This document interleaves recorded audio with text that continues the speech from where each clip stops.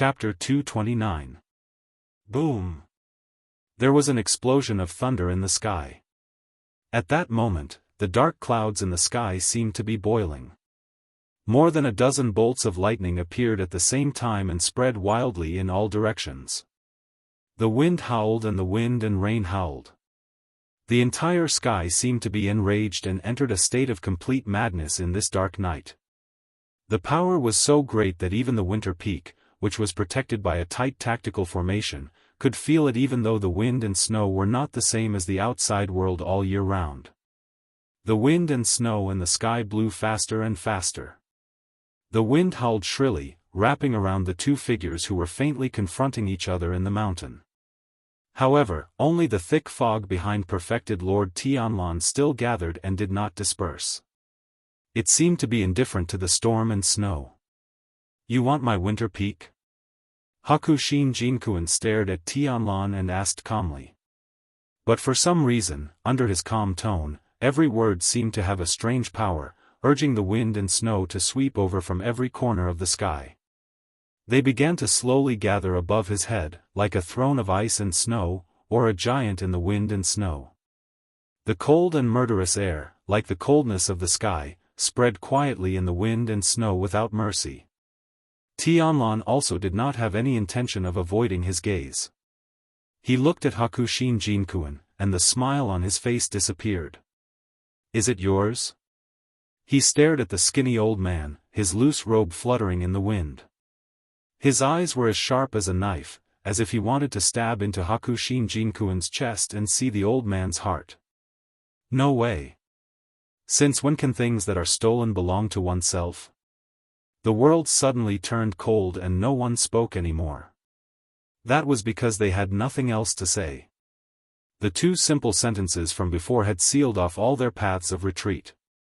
This pair of brothers who had lived for a long time had finally reached this day. Finally, there was no way out for them. Zhuoxian subconsciously stepped back. The wind and snow were too strong, and the cold wind was too fast and too cold. When it whistled past the mountain peak, even with his cultivation, Jean Dan Friar felt a little frightened. The two figures in the wind and snow in front of him looked so terrifying. Such a terrible storm seemed to only wrap around the two of them. It was the power of heaven and earth that they controlled. After a while, Zhuoxian suddenly felt a chill on his back. He had already touched a mountain wall. The hard ice adhered to the stone wall, emitting traces of coldness. He realized that at this point, he actually had no way out. His heart beat violently. He looked up at the two figures in front of him, who were starting to blur in the violent wind and snow. He suddenly gasped. The two people stood in the wind and snow, one tall and one short, one big and one small. One big and one small. One big and one small. One big and one big. One big and one big and one big. Bai Chen looked at Tianlan with a complicated expression in his eyes. However, his expression was solemn and did not show the slightest fear or timidity. The strong wind blew from behind him. That solemn and magnificent robe fluttered, as if he had lived a glorious life. He stretched out a hand. His somewhat shriveled palm was facing the sky. The sound of the wind and snow suddenly became several times louder, and even the entire winter peak seemed to faintly resonate with it. Countless white snowflakes whizzed in from all directions, desperately rushing into the faintly forming huge white shadow. The snow wind giant, towering between the heavens and the earth, appeared on top of the skinny old man's head, and let out an earth-shaking roar towards the dark sky. The wind and clouds in the sky rolled and thunder rumbled. After a while, a huge fist descended from the sky. It made an ear-piercing whistling sound in the air and smashed towards True Lord Tianlan. Before the fist of ice and snow arrived, the ground beneath their feet had already begun to tremble. Even the fog that had been indifferent to the wind and snow all this while had actually retreated a few feet in an instant. The ferocity of the attack was evident. True Lord Tianlan's expression was solemn. He took a step back and made a circle with his hands. In an instant, his wide robe suddenly fluttered like the wind and a surge of energy burst forth. The dense fog behind him suddenly rolled. Immediately after, a mist giant with half a body appeared from the fog. It roared and pounced towards the snow wind giant. Boom! A low and loud rumble came from the sky. The ground under his feet trembled violently. The entire winter peak that was floating in the sky also shook twice. Cracking sounds could be heard. Countless cracks instantly appeared. That was the sound of 10,000-year-old ice cracking. The two giants retreated a certain distance. They seemed to have been injured by the terrifying force just now. However, very quickly, they continued to pounce forward and collided with each other in the blink of an eye. The heaven and the earth shook, and the wind and snow roared. At that moment, on the winter peak, a naked, terrifying power was displayed. There were no tricks, no subtleties. Only for the most powerful semi-divinity realm human beings, this was the kind of pure power that returned to the natural state. All the Tao techniques and divine arts in the world that could be imagined or unimaginable or ingenious had completely disappeared at this moment. They were discarded by these two peak cultivators without any hesitation. For a moment, Zhuoxian, who was the only person in the world to witness this battle between divine transformation realm true lords, even had an illusion. He felt that the battle between the two giants in the sky was like a fight between two toddling babies. It was a simple and pure fight. Their movements were even a little slow. Everything seemed clumsy in the eyes of the cultivators in the world. The only thing that stood out from the rest was their terrifying power. With a punch, the heaven and earth changed color and the wind and clouds rolled. With a roar, the mountains and rivers flowed backward and the wind and snow surged. Lightning rolled down from the dark clouds and wrapped around the two terrifying giants. The electric currents darted around like strange silver snakes, but they still could not stop the two giants from fighting. Under the whistling wind and snow, Bai Chen and Tian Lan were silent. Their breathing gradually became heavier, but neither of them had the slightest intention of backing down. However, as the fierce battle continued, their bodies also began to change.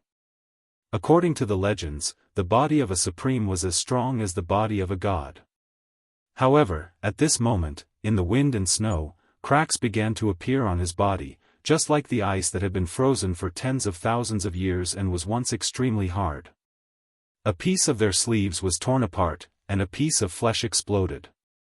Low and deep white smoke rose up and down, slowly drifting up from their bodies.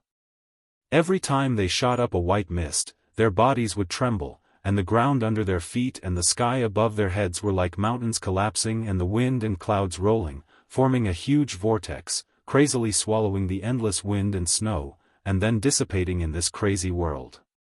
Boom! After countless collisions, the beautiful snowy scenery on the winter peak was already a mess. The lightning that fell from the sky had already wrapped the entire winter peak together. It was as if doomsday had arrived. Countless silver chains descended and bound this terrifying place, about to be thrown into the burning and boiling underworld. Looking from high above the clouds, the mountain seemed to have a strange sense of beauty. Outside the clouds, the boundless thick fog had quietly surrounded the entire winter peak, completely covering this earth-shattering scene. In this fierce battle that shook the heavens and earth, the two figures that were facing each other suddenly trembled for a moment. A moment later, Hakushin Jinkuan suddenly let out an angry roar in the snowstorm. He raised his head. His face, which had always been indifferent even when he had countless hidden injuries on his body, suddenly flashed with a trace of disbelief and shock. Above his head, the incomparably powerful snow wind giant that seemed to be the ruler of heaven and earth suddenly slowed down. At the same time, the mist giant that was in front of it suddenly swung its fist. Passing through the snowstorm and lightning, accompanied by the sudden explosion of thunder in the sky, the fist landed on the snow wind giant's chest. The heavens and earth suddenly froze at that moment. The fist smashed through all the wind and frost, smashed through the unchanging power of dozens of years, smashed through the snowstorm, and pierced through the chest. The snow wind giant let out an earth-shattering roar. As if it was filled with unwillingness, it turned into fragments, filling the sky with snowflakes, and fell down from the sky. On the ground, Hakushin Jinkuin's body violently trembled, then he spat out a mouthful of blood. The blood was black. When the black blood fell on the snowy ground, it instantly burned the surroundings. The snowy ground immediately sank, and a deep hole several feet wide appeared on the snowy ground. Hissing sounds could be heard, but strangely, there wasn't a terrifying stench in the air. Instead, there was a faint fragrance. Hakushin Jinkuin's pupils contracted for a moment. Staring at the pool of black blood on the ground, there was an uncontrollable shock in his eyes. Then, as if he suddenly thought of something, he lowered his head and looked at his own body. His skinny, old, but once powerful body was filled with scars at this moment. However, in the snowstorm, he was still solemn and dignified, like a gown that fluttered in the wind and snow. There was also a faint fragrance that was only diffusing at this moment. Hakushin Jinkuin grabbed his clothes with his 5 fingers, and with a casual tug, the entire gown instantly turned into pieces. However, at the same time, his body swayed a bit, and he spat out another mouthful of blood. Similarly, it was black. In the air, the giant formed from the mist had unknowingly dissipated, and once again became a part of the thick mist. Similarly, Tianlan, who was covered in cuts and bruises but clearly had a resolute expression, stood in the snowstorm that had once again quietened down, and quietly looked at the old man in front of him. "Good move." A low voice sounded from the snowstorm in front of them. Hakushin Jinkuin raised his head, looked at his junior brother, and said, "What poison is this, to actually be able to injure our soul transformation stage bodies?" "Black dragon saliva." True Lord Tianlan said. Then, he clutched his chest, and a pained expression appeared on his face as he coughed a few times. Chapter 230. The heavy rain poured down, and the dense forest was pitch black. Water flowed down like a waterfall everywhere, and the sound of the rushing water seemed to have covered all other sounds. However, in such a pitch-black forest, there was still a figure traversing in the darkness. He walked past one tree after another that was as dark as a ghost, stepped over one damp puddle after another, and gradually approached the empty space in the middle of the forest. There was no one on the ground, only damp water mixed with black mud and dried leaves. That black figure hid behind a large tree, very cautiously looking towards the tree next to the large rock. After waiting for a long time, he found that there was still no movement. The black figure was a bit hesitant, but in the end still slowly and tentatively walked forward. The rainwater was blocked by a layer of dense branches and leaves, landing on the black figure's body was already silent. Even when this black figure walked to the center of the clearing, nothing happened. This fact seemed to make the black figure a bit stunned and shocked. He turned his body and carefully looked around, but found that this forest was almost completely dark. Those shadows that trembled intensely in the wind and rain looked abnormally eerie and terrifying, but if one looked carefully, they would see that most of them were tree branches and leaves swaying in the wind. The air was filled with a cold aura, in this lonely and dark forest. The black figure took a step back, as if he didn't like this place, then turned around, looking like he was going to walk away. However, at this time, suddenly, he only felt his feet tighten, a hand like a ghost claw suddenly reaching out from the mud under his feet, suddenly rushing out, grabbing the black figure's ankle. "Ah!" A short and sharp cry suddenly pierced through the silence of the dark forest. In this gloomy rainy night, something like a hand suddenly reaching out from the ground, this kind of thing, it really was too creepy. Even though the black figure had seen many evil things in the past that could challenge the limits of ordinary people, at this moment, he still couldn't help but shiver, involuntarily crying out. That short and sharp voice, it was actually a woman.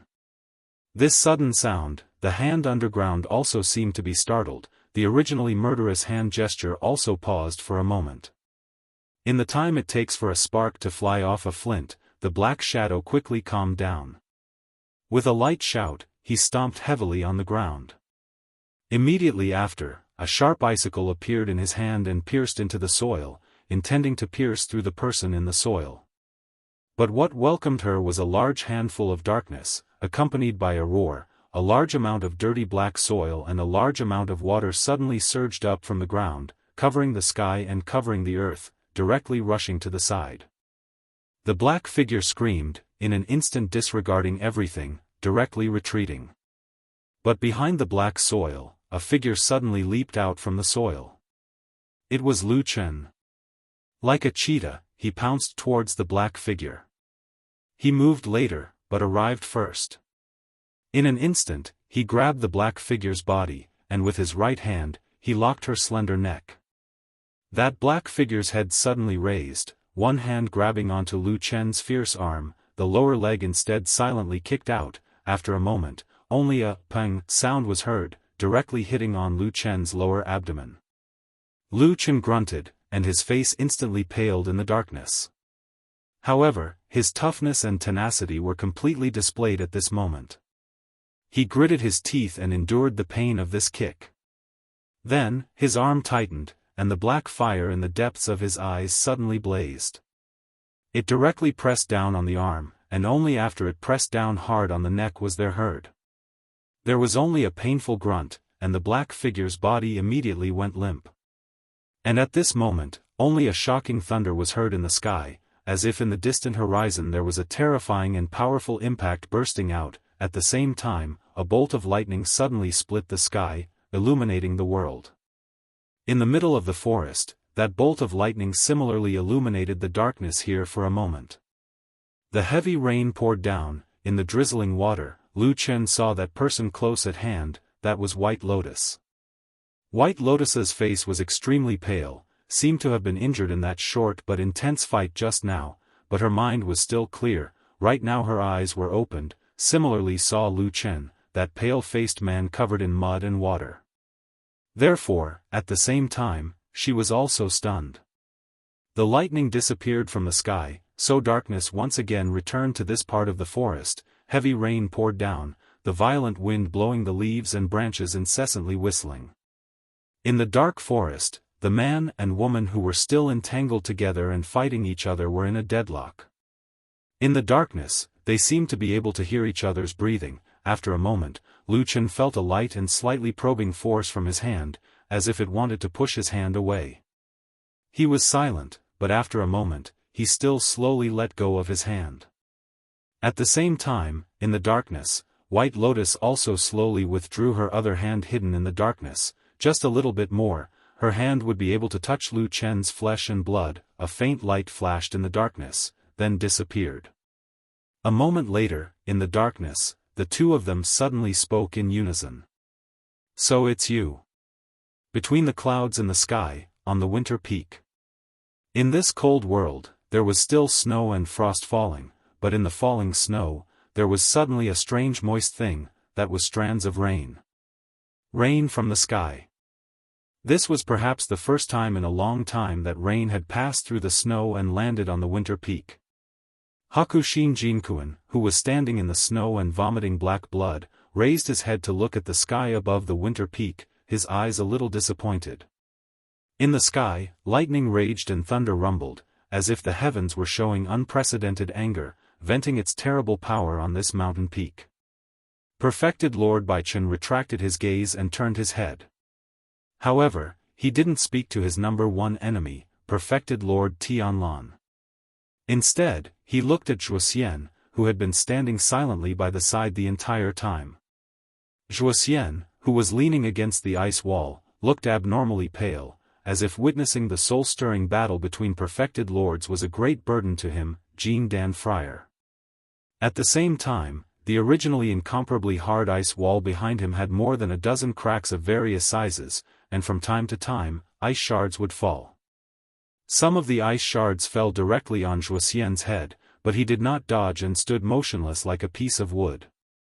This was because Hakushin Jinkuan's gaze was fixed on him. Why? Perfected Lord Baichen asked him. There was not much fury or hatred in his eyes. Instead, there seemed to be more confusion and confusion. Zhuo lowered his head slightly, and after a while, he said, "I'm sorry, master." Hakushin Jinkuan shook his head, frowned, and vomited another mouthful of black blood. However, for some reason, after the black blood left his mouth, his originally black aura shrouding his exhausted face actually looked a little better. Then, he looked at Zhuo and repeated, "Why?" Zhuo was silent, then took a deep breath and said, "I can't accept it." "What can't you accept?" Hakushin Jinkuan stared at him, then coughed painfully and said, "You're also at this age now, what do you not have? What is there to be unwilling about?" Zhuo shook his head and said, "There's everything, it's you and senior brother, not me." Hakushin Jinkuan smiled bitterly, suddenly his body trembled and he vomited another mouthful of black blood. Then he took a deep breath, his eyes brightened a little, stared at Zhuo and said, "I didn't expect that you didn't say a word all these years, so it's because you're dissatisfied." Zhuo said, "That's because you've never valued me. The successor is eldest brother, and the position of the head is eldest brother. All the mystical materials, resources, cultivation methods, and the best ones are eldest brothers. I can only follow eldest brother forever. That's why he's a Yuanying realm cultivator and I'm just a Jindan realm cultivator." Hakushin Jinkuan shook his head, disappointment on his face, said in a low voice, "I didn't expect you to be so muddle-headed." Zhuo said, "You said it just now, I'm also old now, if I don't fight for it, I'll be like this for the rest of my life, but I don't want to be like this." Hakushin Jinkuan sneered and said, "How ambitious. Come, tell me, what kind of great benefits can this remarkable junior brother of mine give you? Is it enough for you to betray me and plot against me?" Zhuo was about to speak, but suddenly, the deep voice of perfected Lord Tianlan floated over in the wind and snow, saying indifferently, "I promised him a future of Yuanying Zhenren." Hakushin Jinkuan suddenly turned around and stared at Tianlan for a moment, then with a disdainful face, he sneered at Zhuo and said, "You actually believe this kind of nonsense that can fool a child? Since ancient times, have you ever heard of any method that can let someone rise from Jin Dan to Yuanying? That's a great life-or-death juncture, who can avoid it?" He looked at Zhuo. There was no murderous intent on his face, only deep disappointment. He said, "I've taught you for decades, but I didn't expect that I've taught you such an idiot." Zhuo did not say anything, but perfected Lord Tianlan took a step forward and said, "Senior brother, you're old, there are many things in this world that you don't know, you're just a frog at the bottom of a well." Hakushin Jinkuan's haggard face suddenly frowned, and with a "wah" sound, he vomited a large mouthful of black blood. But strangely, after vomiting blood this time, his face actually quickly became ruddy, and he looked even more spirited than usual. Wind, frost, rain, and snow unknowingly gathered above his head again. This old divine transformation realm perfected Lord slowly straightened his body, and a majestic and powerful aura that had never been seen before slowly flowed out from his body. "Oh, a frog at the bottom of a well?" He laughed, then looked at perfected Lord Tianlan, looked at Zhuo, looked at the thick fog, and then looked at the deep night sky. "Even if you're a frog, I can also eat you," he said indifferently. Chapter 231. The wind and rain met the peak of the mountain, and lightning shone on the black dog. The highest point of this nameless mountain was a long and narrow slope at the top of the mountain. A large stone stood there abruptly, about 7 or 8 feet from the ground. Standing on this large stone, it was as if standing on the highest point of the mountain, overlooking the surrounding wilderness. However, in this stormy night, there was no longer any scenery around this large stone. There was only the smell of blood that even the wind and rain could not blow away.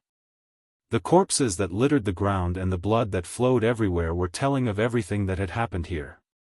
In this stormy night, this barbaric and tragic story that was outside the sight of humans was told. The black dog was still alive. It was still breathing. It was still standing on the highest point of the large stone. At its feet, there were badly mutilated corpses everywhere. Those demon beasts that coveted its flesh and blood had already been drained of their own blood. Their corpses covered the long and narrow slope of the mountain. In the distance, there were not many terrifying auras left. There were not many, but there were still some.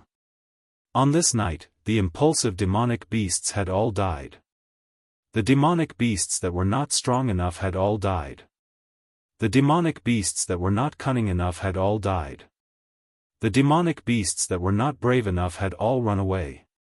Behind the thick and nauseating stench of blood, under the illumination of the occasional flashes of lightning, one could still vaguely see that behind the slope, there were still two remaining gazes coldly staring at Big Rock's direction.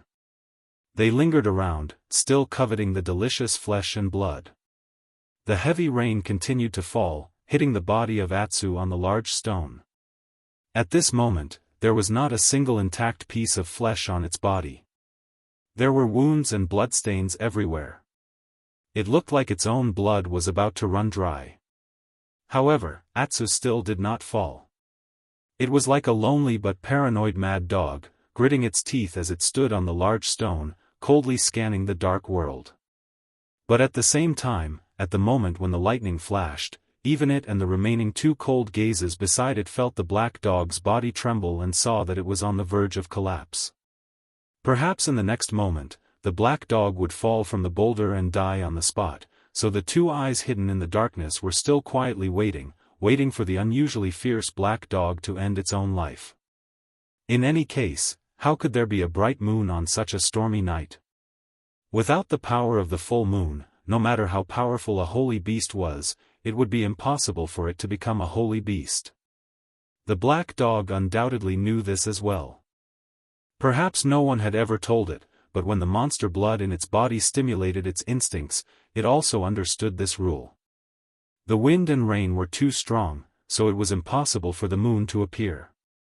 But at this point, there was already no way out for it. Atsu slowly crouched down. Surrounded by bloody corpses, at the highest point of the hill, he raised his head and looked at the sky. Other than the desolate wind and rain, there were only layers of thick, dark clouds. There was no sign of the moon. A soft whimper came from its mouth and it lowered its head, as if at this last moment, it finally had to admit defeat to its fate. Darkness surged, and the black dog's figure on the highest point of the hill looked so lonely. At the foot of the hill in the distance, two cold and gloomy voices slowly rose to their feet, as if they had finally waited for the best opportunity, and they began to walk towards the top of the hill. The atmosphere on Winter Peak suddenly became a little strange. Although the wind and snow were still dancing, and although there were still lightning flashing and thunder rumbling in the sky, the temperature on the snowy ground by the cliff was dropping rapidly.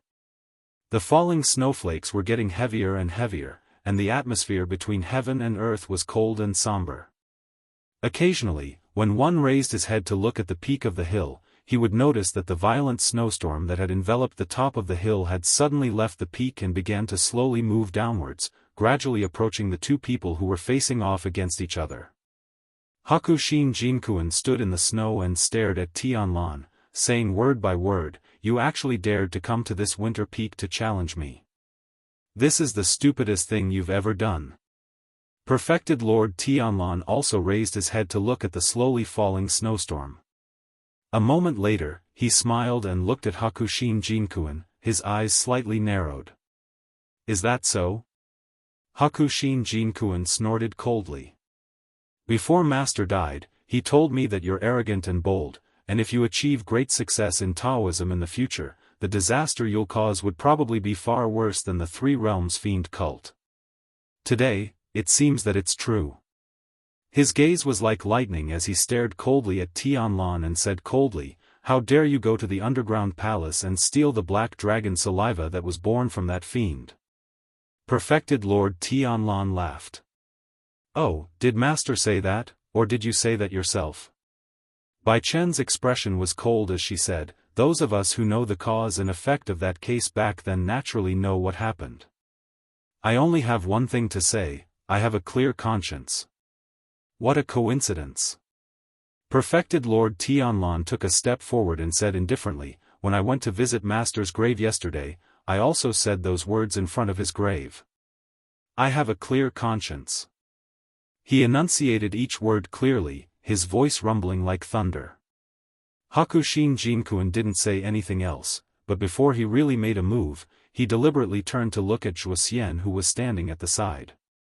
There was no expression on his face, but his eyes were colder than the snow in the sky. Although he didn't say anything, the coldness in his eyes was very clear and obvious. Zhuoxian understood his master's meaning. His face quickly turned pale. At the same time, he also discovered that as the snowstorm descended and the temperature of the snowy ground around him plummeted, the ice wall behind him, which had almost shattered into pieces, suddenly began to solidify again. The snowstorm grew stronger, and his body became colder. Perfected Lord Tianlan remained motionless because none of the snowstorm could approach his body. All he did was calmly watch the falling snowstorm. Moments later, he suddenly sensed something and looked down at his feet. It was a snowy land that was covered in a thick layer of snow. But at this moment, a faint tremor suddenly came from the depths of the ground beneath their feet. It was as though a wave was rising from the depths of this massive mountain and spreading out like a ripple. The thick layer of snow on the snowy ground suddenly trembled. Countless soft snowflakes bounced up slightly. Then, it happened a second time, a third time, each time more obvious and more intense than the last. Then, everyone felt that it was the winter peak that was trembling, the mountain peak that was roaring. Whoosh! Hakushin Jinkun fluttered his clothes and flew into the air. At the same time, the snowstorm in the sky descended like a snow-white and violent ring, wrapping around Hakushin Jinkun like a king of ice and snow. With Hakushin Jinkun at the center, it formed a huge snowball that danced violently in the air. The winter peak was shaking more and more violently. Countless pieces of ice and snow flew up and surged towards the huge snowball from all directions. The wind was shrill and sharp, almost like a knife, cutting through the hard ice on the mountain walls along the way. The skinny but godlike old man was hidden in the huge snowball with unparalleled power. His voice was like the howl of the snowstorm, resounding between heaven and earth. "You shouldn't have come here," he said coldly. Then, he raised his hand and pointed. The place where he pointed and the direction in which he pointed suddenly froze. Be it the drifting snowflakes or the blowing wind, everything froze into ice. Then, there was a cracking sound like a sharp blade that pierced through the void and swiftly formed a sharp thorn in the air. Then, the snowstorm suddenly became louder and expanded from the original snowball by several times. In the air, a similar thorn appeared around the icicle thorn. Then, as if it was spreading, countless icicles appeared in an instant, covering the sky and the earth. Tens of thousands of icicles surrounded perfected Lord Tianlan from all directions. The icicle's tip flickered with a faint, transparent light and was filled with killing intent. Zhuoxian, who was hiding at the side, suddenly revealed a look of despair. He thought that he had valued his old master enough, but it was not until today that he truly realized that the power of a divine transformation stage perfected lord was far beyond what he could covet. He had yet to witness his master's true power. However, perhaps because of this, Zhuoxian's eyes soon burned with the flames of anger, jealousy, and indignation. He had never known such a powerful realm and such terrifying power, but his eldest senior brother definitely knew. Even his junior sister, White Lotus, who had just entered the sect not long ago, had been directly taught the secret technique of the snow scripture by their master at a young age. Given time, she would definitely know about this terrifying Daoist technique as well. He was the only one who didn't know anything. Compared to Zhuoxian, who had lost his composure, Tianlan, who was a divine transformation stage perfected lord of the same realm as Bai Chen, was clearly much calmer than Zhuoxian. Even though he was surrounded by tens of thousands of sharp icicles and was in danger of being pierced through the next moment, Tianlan's expression did not reveal too much worry. He even looked at Hakushin Jinkun, who was floating in the huge snowball, from afar. After a while, he grinned and said, even I have to admire you for guiding the chi of the strange spirit vein and forcefully seizing the mysterious ice formation for your own use. I really have to say that you're amazing to be able to do all this." He shook his head and sighed. There seemed to be a hint of admiration on his face, but very soon, perfected Lord Tianlan smiled faintly again. This time, there was a hint of mockery. "Are you going to fight me to the death, senior brother?" Chapter 232. Hakushin Jinkuin didn't mind perfected Lord Tianlan's slightly sarcastic tone.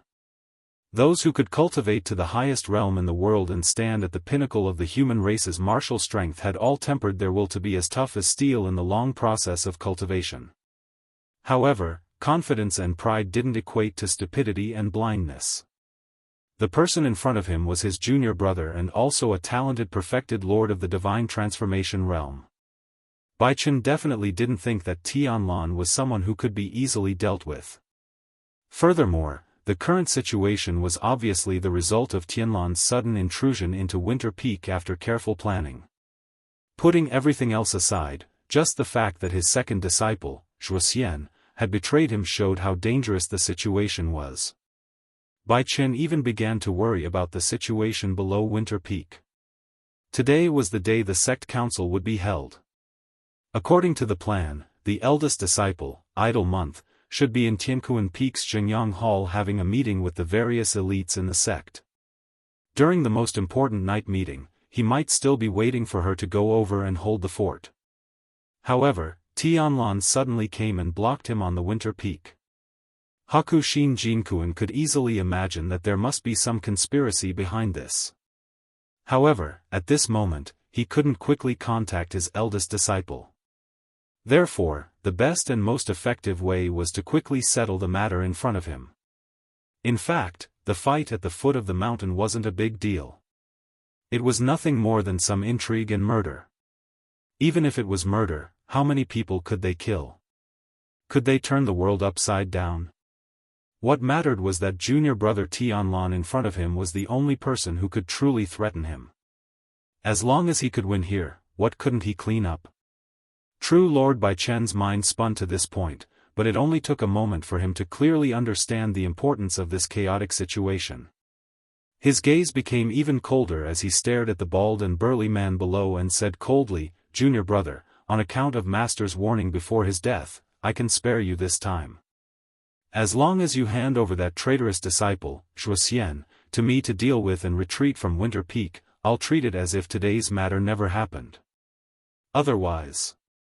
At this point, Hakushin Jinkuin sneered and glanced at the transparent thorns that filled the sky with cold light. "Don't forget, this is Winter Peak, the cave abode that I've managed for many years.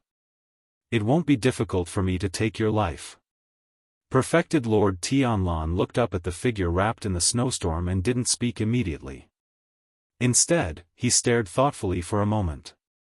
Then, he suddenly sensed something and turned to look at Zhuxian under the ice wall. Zhuxian's face was as pale as a piece of paper. His chest rose and fell and his breathing seemed to become rapid. Perfected Lord Tianlan laughed heartily and waved his hand at him. Then, he pointed at the figure in the snowstorm and said, "Don't be afraid, don't be afraid. He's just scaring people." The snowstorm suddenly became urgent and the whistling sound became louder. It seemed that his words had angered Hakushin Jinkuin in the snowstorm. However, perfected Lord Tianlan didn't seem to care. He squinted slightly and looked at Hakushin Jinkuin for a moment.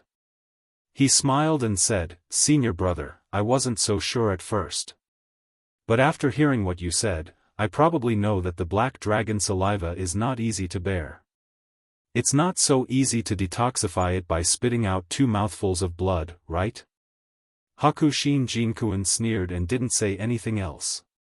He controlled the snowstorm to descend slowly and the sharp spikes in the sky began to tremble slightly. It was as though the final battle had arrived and the next moment, thousands of arrows were going to shoot and poke perfected Lord Tianlan into a sieve. Perfected Lord Tianlan seemed to have sensed Hakushin Jinkuin's determination. He nodded and the smile on his face disappeared.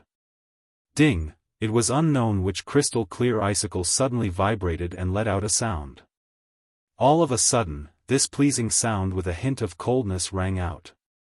Countless icicles began to move, sealing off all of perfected Lord Tianlan's escape routes. Seeing that a huge battle was about to break out, Zhuo Xian, who was watching from the side, subconsciously held his breath. However, at that moment, perfected Lord Tianlan suddenly stomped his foot. That foot stepped into the snowy ground, passing through the snowflakes and landing on the solid ground. In an instant it was as though the mountains were shaking and the earth was cracking. A huge hole suddenly appeared where perfected Lord Tianlan was standing. Then, perfected Lord Tianlan's burly figure fell into the hole and disappeared in an instant. In mid-air, Hakushin Jinkuan let out a furious roar. The snowstorm roared and countless transparent sharp spikes came crashing down. In the blink of an eye, the snowy ground was riddled with holes. Not only the snowy ground, even the soil layer was pierced by these powerful ice spikes. However, perfected Lord Tianlan had actually disappeared. After a while, the winter peaks suddenly shook again. Under the snowstorm where Hakushin Jinkuan was, a large cloud of snowflakes exploded and a figure soared into the sky. With a deafening whistle, he charged into the snowstorm from below. Soon after, hundreds of sharp ice spikes rushed out from the ground and chased after perfected Lord Tianlan's body as if they were hunting for his life. They also charged into the snowstorm. Like the rumbling of thunder, all kinds of strange sounds came from the snowstorm. After a while, lightning suddenly appeared and shuttled through the snowstorm. At the same time, the wind speed became faster and faster, so much so that people could not see what was happening in the snowstorm. Suddenly, a loud roar exploded from the depths of the snowstorm. The lightning suddenly became more than 10 times brighter and rushed in all directions. Countless snowflakes and ice blocks also exploded, destroying everything in the vicinity of the snowstorm. The mountain walls collapsed and the snowdrifts collapsed. Countless white snow fell with a loud roar like an avalanche. Zhuo Xian had long noticed that something was wrong and hid far away. Even so, he was still forced into a sorry state by the surging and wild power. For a moment, he was shocked. Perhaps this was the true power of a divine transformation stage perfected Lord? They could seize the power of heaven and earth, break the mysteries of creation, and turn into gods with divine power that could destroy heaven and earth. Snow fell and the heavens and earth moaned. After a while, when the fierce snowstorm gradually calmed down, the snowstorm that had been wreaking havoc in the air had disappeared at some point. The two divine transformation stage perfected monarchs had already landed on the snowy ground from midair. However, the snowy ground was already riddled with holes and was uneven. There were deep pits and big holes everywhere. Only the two of them stood facing each other more than 20 feet away from each other. They did not seem to be in a good condition. Perfected Lord Tianlan's sleeves were torn in several places. His face was also a little pale and some of his wounds were bleeding. Hakushin Jinkuan's condition was worse. Blood flowed from the corner of his mouth and turned black. The two of them stood facing each other. After a while, Hakushin Jinkuan suddenly said, "You're indeed more talented than me. We're 20 years apart in age, but you've actually caught up to me in terms of cultivation." Unexpectedly, perfected Lord Tianlan did not mean to be modest. He just nodded and said, "You're right." Hakushin Jinkuan sneered. He took a deep breath and wiped the black blood from the corner of his mouth. He said coldly, "Although your cultivation is high and you plotted against me with poison, I'm naturally not your match if we were outside. But you insisted on fighting on my winter peak. You can't blame me for borrowing the power of Snow Wind Spirit Mountain. So in the end, you're still the loser." Tianlan frowned and seemed to think about it seriously. Then, he nodded and said, "You're also right about this." Hakushin Jinkuan's face turned cold. He did not seem to be happy or excited at all. On the contrary, his pupils contracted and a trace of fear and worry flashed across his eyes. At their level of deification, their mastery of the spiritual power of heaven and earth, Tao Dharma and divine sense had long been meticulous and exquisite, and their judgment of the situation was rarely wrong. However, even though Tianlong admitted that in the end, Hakushin Jinkuan, who borrowed the spiritual power of the cave mansion on Spirited Mountain, would be more advantageous, Tianlong himself did not have the slightest intention to retreat. He was even smiling there with calmness, as if he had nothing to fear. At that moment, Hakushin Jinkuan's mind was like electricity. He almost subconsciously wondered if there was someone else besides Shuo Xian who had betrayed him and arranged some extremely sinister means for him. But very soon, he was shocked to find that his mind was a little chaotic at that moment. He had clearly gained the upper hand with the power of the cave mansion on Spirited Mountain, but why was his mind restless? What was the answer to this question? Perfected Lord Tianlong stared at him and suddenly said, "Senior brother, after Master's death, the two of us have been fighting openly and secretly for decades. Until today, I suddenly realized that you are actually old." Hakushin Jinkuan sneered and did not speak. Instead, he took a deep breath. The endless wind and snow once again gathered around him, and the powerful snowstorm seemed to show a little pattern again. No matter how glib Tianlong was, as long as he was on this winter peak, with the help of the spiritual power of heaven and earth mountains, he would never lose. Then why did he have to talk nonsense? Tianlong shook his head slightly and looked at Hakushin Jinkuan with a trace of pity in his eyes. It was a kind of condescending manner, a special look of a victor to a loser. In Hakushin Jinkuan's life, no one had ever dared to look at him like this. Except now. Hakushin Jinkuan sneered. He raised his hand and the snowstorm surged again. However, at this moment, his eyes suddenly froze and he suddenly looked up. He looked past Perfected Lord Tianlong's figure and looked at the mist behind him. The thick mist had unknowingly spread to the entire winter peak. At this moment, the mist also seemed to surge rapidly. A huge shadow that was comparable to the entire winter peak slowly appeared behind Perfected Lord Tianlong's composed figure. There was a sudden clap of thunder in the sky. Lightning tore the sky apart. Under the light, a terrifying black claw that was even twice the size of Perfected Lord Tianlong's body reached out from the thick mist. With a boom, it grabbed the land of the mountain. The wind and snow and the world were filled with desolation. Then, the entire sky suddenly darkened. Chapter 233. The silhouette in the thick fog looked as big as a mountain. As it swayed, streams of black gas soared into the sky.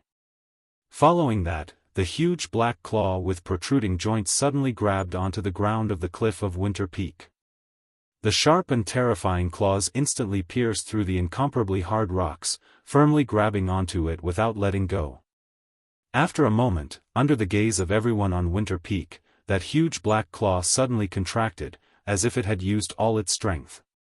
Its bones and muscles bulged, and then an even bigger shadow rose from the bottom of Winter Peak. The dense fog tumbled like boiling water. It seemed to be extremely agitated, or perhaps it was filled with fear. In this dark night, a huge head could be vaguely seen, slowly approaching from the dense fog. There was a deep and thunderous breathing sound, even suppressing the sound of the snowstorm. Two huge eyes gradually appeared in the dense fog. There seemed to be a flame burning fiercely within it, and that flame was shockingly as deep as ink. Dark flames. Boundless dense fog was emitted from the ground. It had already completely surrounded the four odd peaks between the clouds and the sky, tightly wrapping around the most important forbidden area of the Kunlun party. In this pitch-black night, looking from afar, there was actually not the slightest hint of abnormality. Only at a certain moment in the midst of the violent storm, lightning, and thunder, when the lightning that suddenly tore apart the night sky and landed on this dense fog, could some shadows be seen. However, for some unknown reason, there should have been an earth-shattering battle in the dense fog, but at this moment, not the slightest movement could be heard from within the fog. Not a single trace, the place beyond the clouds in the sky was still submerged by the storm. The heavy rain was still falling, and the cold wind was still blowing, covering the entire Kunlun mountain range in the darkness of the night. No one knew when this night would be over. In the side hall behind the Zhengyang Hall of Heavenly Kun Peak, almost all the enlightened Yuanying who came to this place had already arrived. In the middle of the hall, there were 2 main chairs and 2 large rosewood chairs, 10 on the left and 9 on the right, were arranged in a straight line. Today, the Kunlun party was the top cultivation sect in the divine central continent. In addition to the 2 perfected lords of soul formation who commanded the masses, there were 19 top Yuanying perfected masters in the sect. Among them, there were 15 in Kuanji, and 4 in Tieji, led by Masato Kihara. But recently, Dongfang Tao had just broken through and became the 20th Yuanying Zhenren of the Kunlun party, so there was an additional red sandalwood chair in this side hall. At this moment, there were already many people sitting on the chairs. After Dongfang Tao arrived, he very consciously sat in the last seat according to seniority. From his point of view, he saw perfected idol month sitting upright and still on the main seat in front of him, looking dignified. Slightly behind him was another large chair, which was still empty at the moment. As everyone knew, that seat belonged to Hakushin Jinkun. 2 rows of perfected Yuanying great perfected masters were seated below him. If this lineup was casually seen by others, it would be truly frightening. This was the embodiment of the powerful strength of the current Kunlun party and the foundation of the Kunlun sect. To the left of Daoist Master Idol Moon sat Daoist Master Thousand Lanterns. Below him were Daoist Master Pearl, Daoist Master Guanyang, and the others. To the right of Daoist Master Idol Moon, the first seat was empty. Further down, Dongfang Tao could also see that several Yuanying perfected masters who were close to perfected idol month, including several Yuanying perfected masters who had appeared in the Zhengyang Hall during the day earlier, were also sitting there. When they sensed Dongfang Tao's gaze on them, they also smiled and nodded at him. From the looks of it, the atmosphere in the hall seemed to be rather relaxed. Dongfang Tao thought indifferently. Occasionally, when his gaze swept past the area in front of him, he would notice some strange details. Perfected idol month's expression was dignified and serious, but his eyes would glance at the nearest empty seat every now and then. There was a faint trace of anxiety in the depths of his eyes.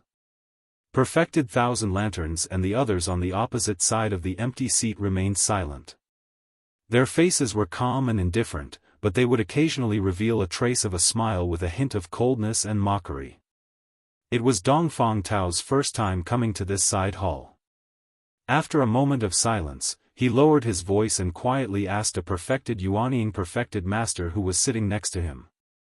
After receiving the answer, he nodded and thanked him. When he raised his head again to look at the empty seat, his gaze was somewhat different. That empty seat originally belonged to Heavenly Soldier Hall's Dukanjinren. It was already so late. Why was it that Dukanjinren, the sect leader's most hardcore, most resolute, and at the same time most unlikely partner to be absent, had still not come here? Where did he go? Other than Dukanjinren, there were several other empty chairs in this hall. However, most of the reasons were known to everyone. For example, there was a perfected Yuanying perfected master from Tieji who was in closed-door training in order to extend his lifespan. If he failed, he would probably die of old age. There were also some who were in closed-door training in order to practice some kind of extremely difficult Dao technique. This kind of closed-door training could not be interrupted, so they did not come here. But basically, those who could come here and those who should have come here were almost all here. Right now, in this side hall, there were only 2 people who should have come but had not yet. One was Dukanjinren, and the other was even more influential. It was the owner of the chair next to perfected idol month, Hakushin Jinkun. These 2 were undoubtedly perfected idol month's strongest supporters in the Kunlun party, especially his teacher, Hakushin Jinkun, who was an important person. The impact of these 2's absence was obvious. Even just by looking at them, it made people feel that perfected idol month's side had suddenly become much emptier, giving off a strange feeling of weakness. Perfected Idle Month was indifferent to this, as if he did not feel anything. He was still sitting quietly, as if his patience at this moment was endless, ready to wait for these two people to come. Perfected Idle Month was the sect master. If he showed that he was willing to continue waiting, most people would not say anything against it. Although the identity of a Daoist master of Yuanying stage is precious, each of their time is extremely precious, but tonight is obviously a different night, and to be able to cultivate to this point, how can there be a stupid idiot? Although there is no sign tonight, the atmosphere has been a bit different from previous years. Perfected Qian Deng's faction was silent and did not move, while those from Perfected Idle Month's faction began to frown one after another, their faces revealing a hint of worry. There was also a portion of Perfected Yuanying who was usually neutral, who also felt that something was wrong. After observing the situation for a while, they all looked at their noses at their hearts, and their mouths were shut. I don't care if it's wind or rain, I'll just sit and watch. Dongfang Tao was a newcomer who had just arrived at this realm. In the past, he had actually more or less heard of some undercurrent surging in the sect and stories of open and secret strife.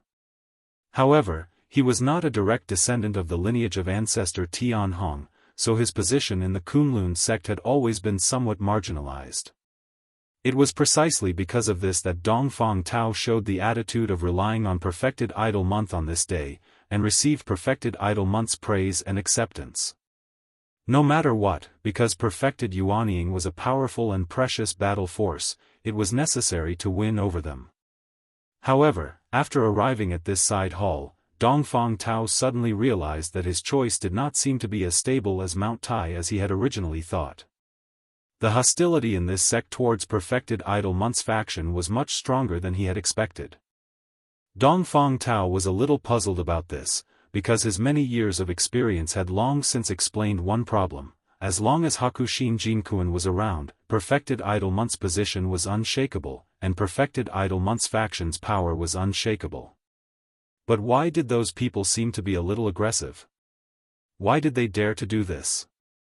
Why did they seem not too afraid? As Dongfang Tao was pondering, a voice suddenly sounded in the hall that had been silent for a long time. It was Perfected Qian Deng, who was sitting on the left side of the main seat, slowly standing up. His gaze was calm as he looked around at the crowd. In that instant, Dongfang Tao's heart suddenly trembled, as if he had sensed something, and he actually became a little nervous. Perfected Idle Month, who was sitting on the main seat, also suddenly raised her head. Her gaze was cold, and a sharp light seemed to shoot out from her eyes as she stared at Perfected Qian Deng. However, Perfected Qian Deng didn't seem to notice this. He didn't even carefully look at Perfected Idle Month. Instead, his gaze swept across the faces of all the Yuanying spiritual masters present. After a moment, he suddenly smiled and said, "It's getting late. It's already past the time for our little meeting, right?" At that moment, the entire hall was silent. It was unknown how many nascent soul-perfected masters were sitting still, their faces expressionless. Dongfang Tao, however, took a deep breath, as if he was preparing himself to welcome the sudden storm. Storm.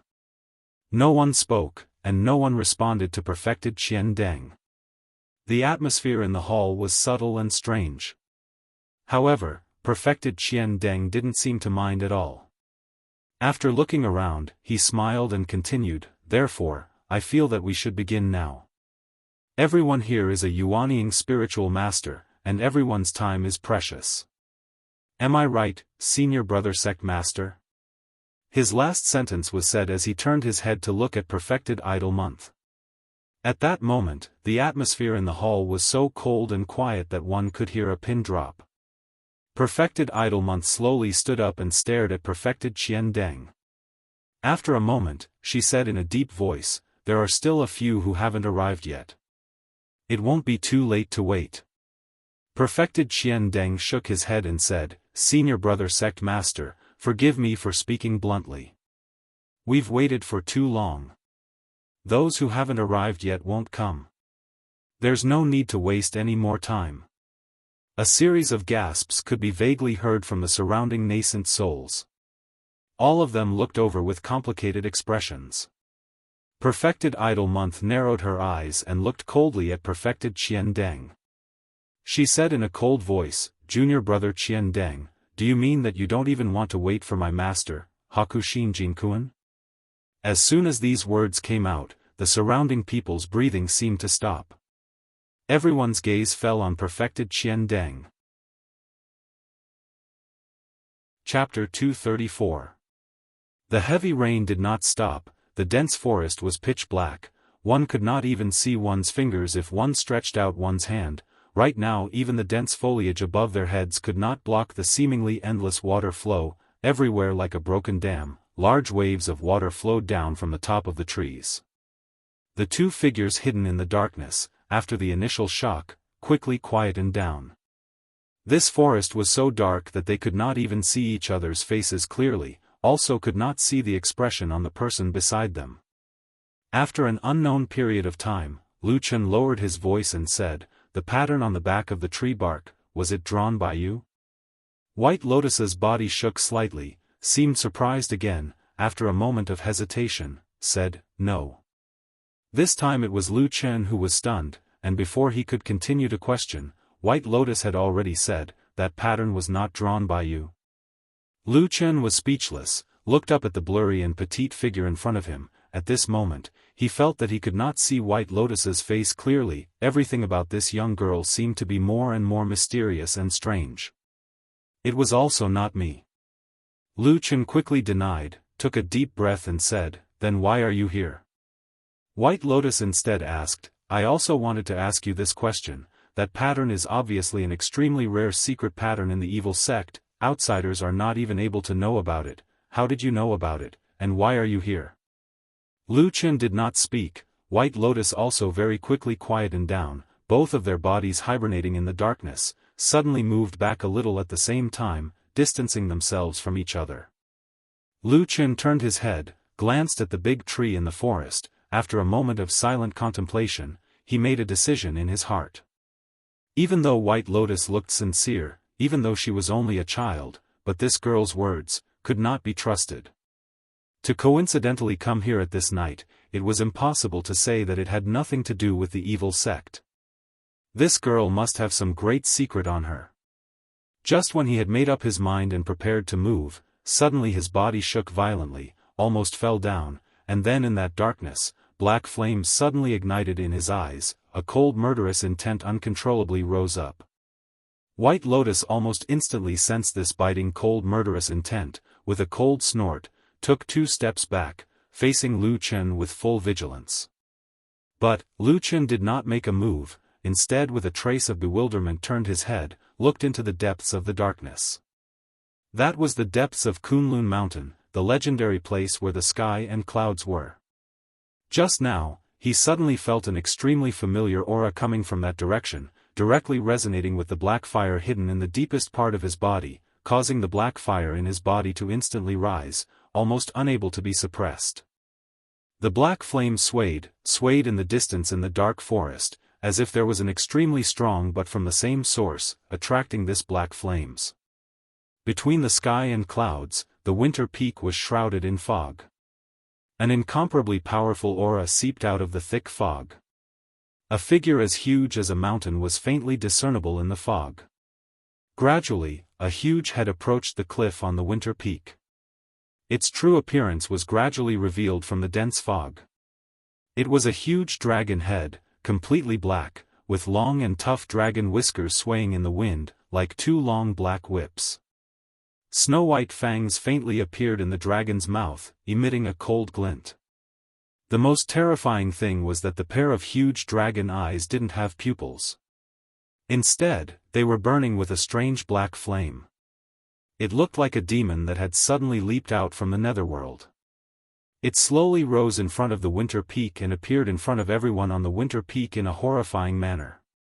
The huge and frightening dragon eyes looked down from above.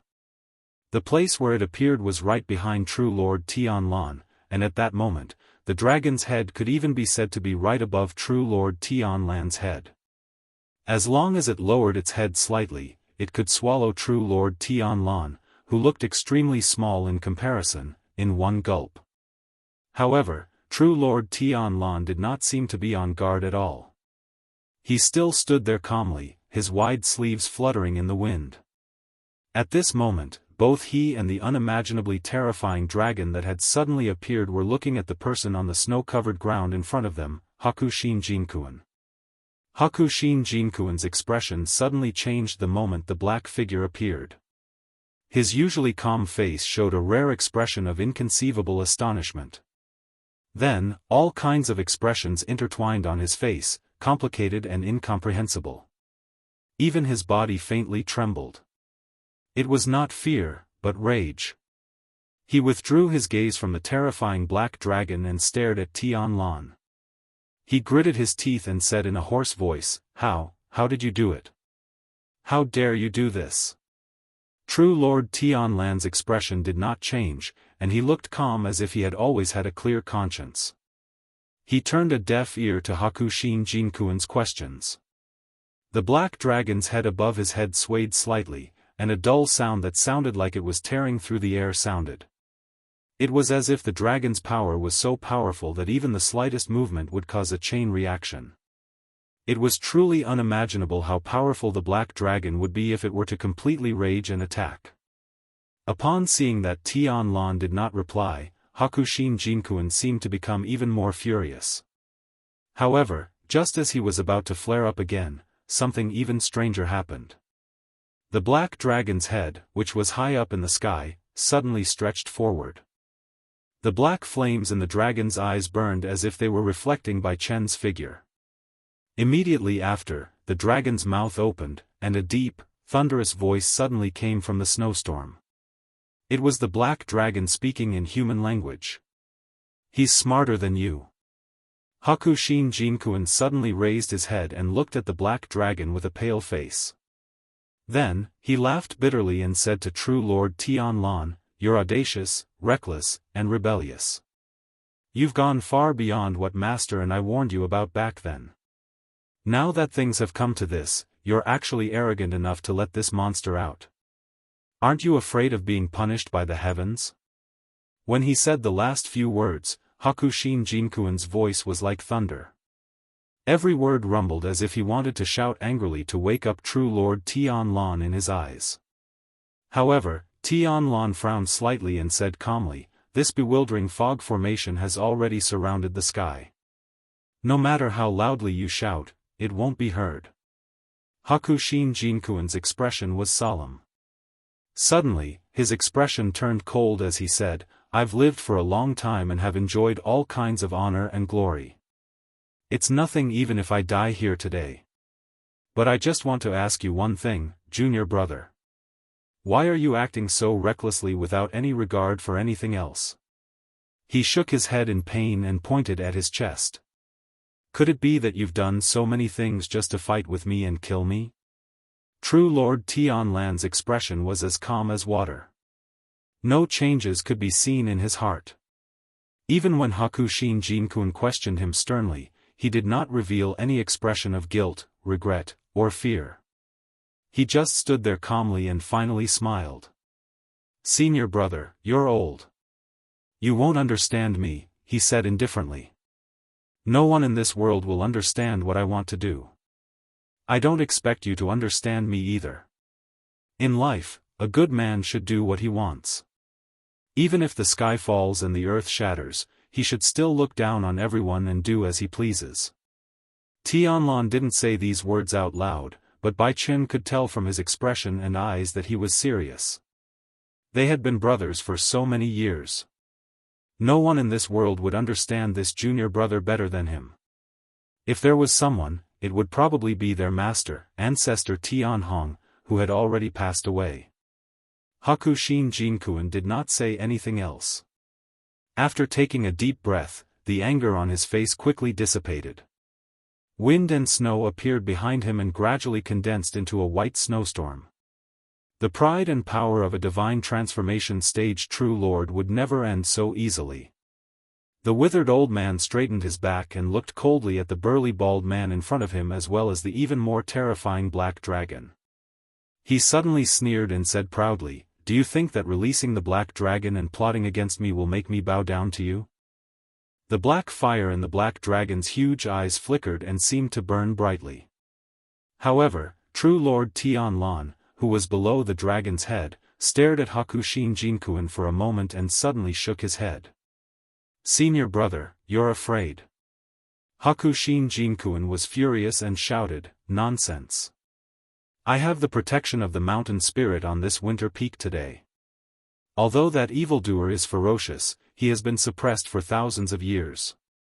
How can he have any combat power or divine ability? Come, let's fight to the death. It's still unknown who will emerge victorious." True Lord Tianlan smiled and slowly waved one of his arms. The thick fog floating behind him suddenly retreated and even the huge dragon's head looked down at him. An incomparably tyrannical power slowly emanated from his body. It was pure yang and as warm as the sun. At first, there was a faint golden light. Then, the light grew brighter and brighter like the rising sun with thousands of golden rays. The endless wind and snow melted and retreated in front of this golden light. He was like a god in the golden light and a blazing yang qi gushed out, making it hard for people to look at him directly.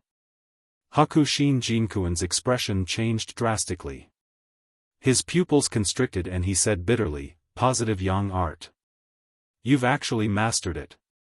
In the golden light, a scorching yang qi rose, forming a sharp contrast with the icy wind and snow on Hakushin Jinkuin's side. Within the light, true Lord Tianlan's deep voice sounded indifferently.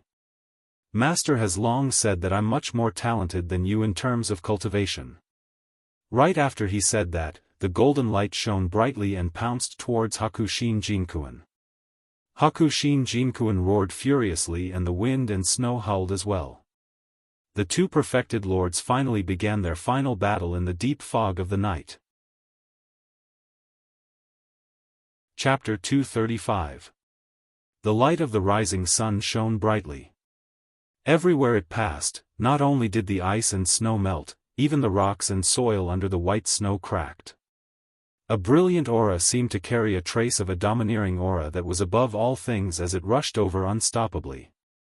Looking at this golden pillar of light, Hakushin Jinkuin's expression was unusually grim.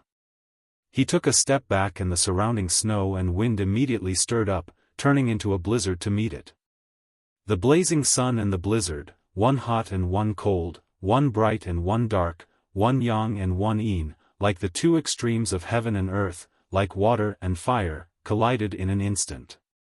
At the very beginning, the two completely different rays of light were locked in a stalemate in midair, constantly melting, dissolving, and constantly surging up. The surrounding space began to distort intensely, and even strange rainbow-colored lights began to appear in the scorching sun, wind, and snow, as well as ear-piercing screeches. After a while, the blizzard began to recede and the blazing sun gradually became more dazzling, pressing forward step by step. Black flames flickered in the eyes of the black dragon in the sky, but it was impossible to tell what it was feeling. Instead, Zhuoxian, who had been hiding in a corner after being clearly frightened by the appearance of the black dragon, came to his senses at this moment and revealed a hint of joy on his face. Hakushin Jinkuin's expression changed slightly. Then, with a soft cry, he took a few steps back and leaned his back against an ice wall. In an instant, there was a sudden ka sound and the ice on the mountain wall cracked and fell. White smoke surged out of the mountain rock and seeped into Hakushin Jinkuin's body. As the white smoke entered his body, Hakushin Jinkuin's eyes shone brightly. The blizzard howled wildly and actually rolled back, pushing back the previously unstoppable radiance of the rising sun. Streaks of ice and snow condensed on the ground and in the air, as if the temperature in the air had instantly dropped to an extremely low point. Even the snowflakes had turned into ice cubes, and the blizzard that filled the sky was turning into hail. The white frost was unstoppable, suppressing the scorching light along the way and approaching perfected Lord Tianlan. Perfected Lord Tianlan's expression was indifferent, as if he was not too surprised or angry by the instant reversal of the situation. He merely stretched out his other hand and pressed it in front of him, drawing a circle with his other hand. Strong pure yang qi overflowed from his palm and directly formed a fire shield in front of him. The white frost pressed forward but was once again blocked in front of the fire shield and could not advance any further. Even so, Hakushin Jinkuin had the upper hand. He had been paying attention to the huge black dragon all this while. However, the black dragon did not move at all from the beginning to the end. Regardless of whether Tianlan had the upper hand or reversed the situation and fell into a disadvantageous position, the black dragon had no intention of attacking. In the Kunlun sect, only Bai Chen and Tianlan knew the secret of the underground palace under the forbidden area. Apart from Tianlan, there was practically no one who knew more about this terrifying monster than perfected Lord Bai Chen. Apart from Tianlan, almost no one knew more about this terrifying monster than Hakushin Jinkuin. He knew that this monster should not have woken up. It should have been trapped in that dark place, never to rise again. It had been sealed in the darkness for 5,000 years. Would it really be as terrifying as it was back then when it suddenly woke up? At least for now, it seemed that this black dragon was just an empty shell that only had the looks of it. Hakushin Jinkuin's spirits were lifted. If that was really the case, the situation that he originally thought was certain defeat and death today actually had a chance to turn around. Although junior brother Tianlan was indeed extremely powerful, attacking on this winter peak was his biggest mistake. He could even force the demonic dragon back into the underground palace after killing Tianlan. As these thoughts raced through his mind, Hakushin Jinkuin had already thought of many things. However, although perfected Lord Tianlan was temporarily at a disadvantage, he relied on the fire shield in front of him to defend himself. No matter how Hakushin Jinkuin urged his Taoist skills and magic powers, the frost and snow that could freeze ordinary people to death countless times still could not break through the fire shield's defense and could not advance any further. The Zhengyang tactic was indeed the world's best magical Taoist skill. It was upright and pure, with a faint aura of the way of the king. It became stronger the stronger it was, and its defense was incomparably tight. However, such an extraordinary magical skill was obtained by junior brother Tianlan. Hakushin Jinkuin seemed to suddenly think of something. His expression turned ugly. He stared at perfected Lord Tianlan with a murderous look in his eyes. Suddenly, he let out a long roar and flew into the air. With a shake of his arms, it was as if infinite spiritual power suddenly jumped on the entire winter peak, causing a deafening roar. Countless white smoke floated out from the tall winter peak, wisps and wisps swam towards Hakushin Jinkuin in the air. Following the gathering of the white smoke, the entire winter peak seemed to have come alive. It seemed to have become one with the skinny Hakushin Jinkuin in the air, breathing together, vibrating together. Right now, the mountain was the man was the mountain. Hakushin Jinkuin was like the incarnation of the mountain god, looking down at Tianlan. Suddenly he laughed loudly, raised his hand and chopped down. At that moment, there seemed to be an illusion in the night sky. The winter peak turned into an incomparably huge giant, slapped down with his palm, wanting to crush the ant under his palm. But perfected Lord Tianlan still did not have much expression on his face. He was still desperately supporting the fire shield, resisting little by little Hakushin Jinkuin's terrifying and crazy attack. Just when the outcome was about to be decided, suddenly, in the depths of the mist, a huge and terrifying shadow appeared. With an indescribable speed, it flew over. It was a huge black claw. It was the black dragon's second claw. The black dragon's claw tore through the endless wind and snow, piercing straight into the snowstorm like the palm of a giant. Before anyone could react, there was a muffled bang. With a muffled grunt, Hakushin Jinkuin was sent flying by the claw. He somersaulted a few times in the air, then crashed heavily into the snow with a poof. Half of his body even pierced into the snow. At the same time, the peerlessly powerful black dragon that had just launched a successful sneak attack slowly retracted its claw. Then, its whiskers undulated as it said calmly, "I heard that you thought I wasn't powerful just now." The black dragon sneered and even flicked its huge claw. Then, it lowered its head and said to perfected Lord Tianlan, "How was it?"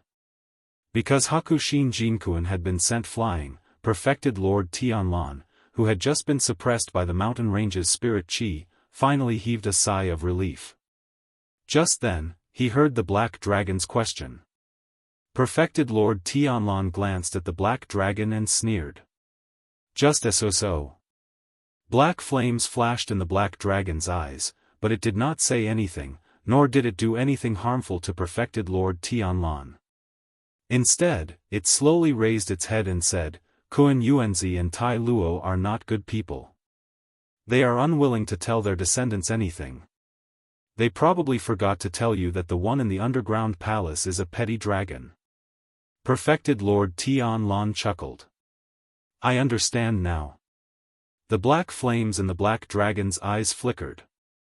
It turned its head and looked in Hakushin Jinkuan's direction again. By now, Hakushin Jinkuan had somewhat regained consciousness and slowly stood up from the snow. However, after receiving that heavy blow, Hakushin Jinkuan's condition was terrible. Not only was his clothes in disarray, blood could be seen everywhere from his wounds and between his nose and mouth. He looked extremely wretched. However, before he could regain his composure, a whistling sound suddenly rang out from the sky and a huge black claw smashed down. On the ground in front of him, a dazzling, scorching radiance once again roused itself. This time, it was even more intense than before as it struck down towards him. Tianlan and the Black Dragon had no intention of giving Hakushin Jinkuan any chance to catch his breath. Seeing that the soul-chasing killing move was right in front of him, Hakushin Jinkuan suddenly roared angrily. His clothes instantly tore apart and all the ice and snow on his hands, feet and body rose into the air, blocking the two monsters' powerful strength. However, the enemy he was facing was too powerful. Or rather, it could be said that not only were they powerful, they were also exceptionally cunning, decisive and determined. The black dragon's giant claws kept smashing at the snowstorm. Every time its claws landed, a large piece of snow and ice would be shaken away. On the other side, Lord Tianlan was silently activating the positive yang tactic with all his might. With a terrifying power that could melt hard iron, he corroded the snowstorm one after another. Hakushin Jinkuan tried his best to resist, but as time went on, it was no longer a long-term solution. Seeing that he was being pressured by the two terrifying forces and had to absorb the terrifying amount of white smoke, he began to tremble at some point in time. After that, he suddenly heard a loud bang. Bai Chen's body suddenly flew backward, and she slammed heavily into the stone wall the next moment. Immediately, ice shards danced in the air, and shattered snowflakes fell from the sky with a hint of desolation. The outcome had been decided. Hakushin Jinkuan was bleeding from his 7 orifices. He was severely injured, but even so, his will seemed to be as firm as steel. He slowly stood up. He opened his blood-stained eyes, panting and laughing bitterly. Suddenly, a hint of madness flashed across his face. With a backhand slap, he directly pounced on the mountain wall with his flesh and blood. The white smoke frantically surged into his body, but Hakushin Jinkuan did not stand up again. He only looked up at the sky and laughed maniacally. He roared, "You're delusional enough to want my immortal cave abode? Dream on." Boom! A strange sound came from the winter peak. Perfected Lord Tianlan suddenly raised his head and glanced at the peak of the mountain. His expression instantly became abnormally ugly. The huge mountain was no longer affected by the snowstorm, but everything on the mountain seemed to have shattered at this moment. Rocks of various sizes kept falling from the mountain. However, the rumbling thunder did not come from the clouds in the sky.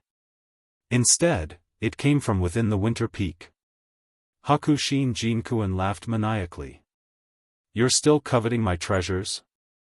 Dream on, junior brother. What I will give you is only a collapsed ruin." He roared furiously. All of a sudden, Bai Chen's entire body swelled up and kept expanding. When he reached a certain size, his flesh and blood suddenly exploded, turning into countless splatters of blood. At the same time, the entire winter peak shook violently. Immediately after, a large amount of dust rose into the sky. More and more rocks fell from the mountain. The ground began to crack, and the entire mountain began to collapse. One of the peerless peaks in the sky actually collapsed and fell to the ground today. Chapter 236. A cry that seemed to have come from ancient times reverberated between the heavens and the earth, causing all living creatures to tremble. It was a huge roar that burst forth from the depths of the huge winter peak when it collapsed. At the same time, countless strong rays of light shot out from the mountain, rushing towards the boundless world of darkness in all directions. It was a spiritual light that was condensed from pure and powerful spiritual power. It pierced through all obstacles. At this moment, even the layers of thick fog could not stop the powerful force that erupted at the final moment of the Spirit Mountain's destruction. For a moment, the light was so dazzling that it reached the vault of heaven, illuminating half of the night sky. Large chunks of boulders and rock strata were constantly breaking and collapsing. The entire winter peak was slowly falling, followed by a terrifying storm of dust. The towering Kunlun mountain range, which stretched for thousands of miles, seemed to be trembling non-stop at this moment. The earth also seemed to be wailing. After a moment, the collapse of the winter peak became faster and faster. The smoke and dust grew larger and higher. Just as the floating mountain was about to be completely submerged by the smoke and dust, dozens of dazzling spiritual lights suddenly converged into a scorching, dazzling, and huge pillar of light that flickered and shot straight into the sky. In an instant, the wind blew away the clouds, and the sky changed color. All the dark clouds retreated in front of this pillar of light. Countless gusts of wind and clouds turned into a huge whirlpool that spun rapidly in the air. Darkness and light intertwined, flashing with silver lightning that tore apart the night sky. Then, accompanied by an earth-shattering noise, a wave of light surged in all directions like a raging wave. All the dark clouds were scattered, and the wind and rain suddenly stopped. In the deep and gloomy night, in this originally stormy night, the wind and rain suddenly stopped. Then, a rare yet strangely enchanting scene appeared in the middle of the night. A bright moonlight sprinkled down from the vault of heaven. In the pitch-black night sky, a full moon hung above the 9 heavens. It was full and perfect, dazzling, cold, and peerless, and radiated light in all directions. It was as if everything in this world had lost its color. On the night of the full moon, this full moon finally appeared above the vault of heaven. As soon as the full moon appeared, the dense fog seemed to be suddenly stimulated. It suddenly shrank and began to shrink back into the ground. Perfected Lord Tianlan, who had already flown into the air, stood in the void with his hands behind his back. A strong gust of wind blew past him, causing his loose robes to flutter loudly. He looked like an immortal. Beneath his feet was the ruins of the winter peak amidst a sea of dust. The majestic peak seemed to have turned into the tomb of a deity transformation stage perfected cultivator, sacrificing his body to protect him. Tianlan was not angry about this. His expression was unexpectedly calm as he silently stared at the cold moon in the sky. It was said that when one was at the peak, they would feel lonely and cold. Nobody knew how perfected Lord Tianlan felt at that moment.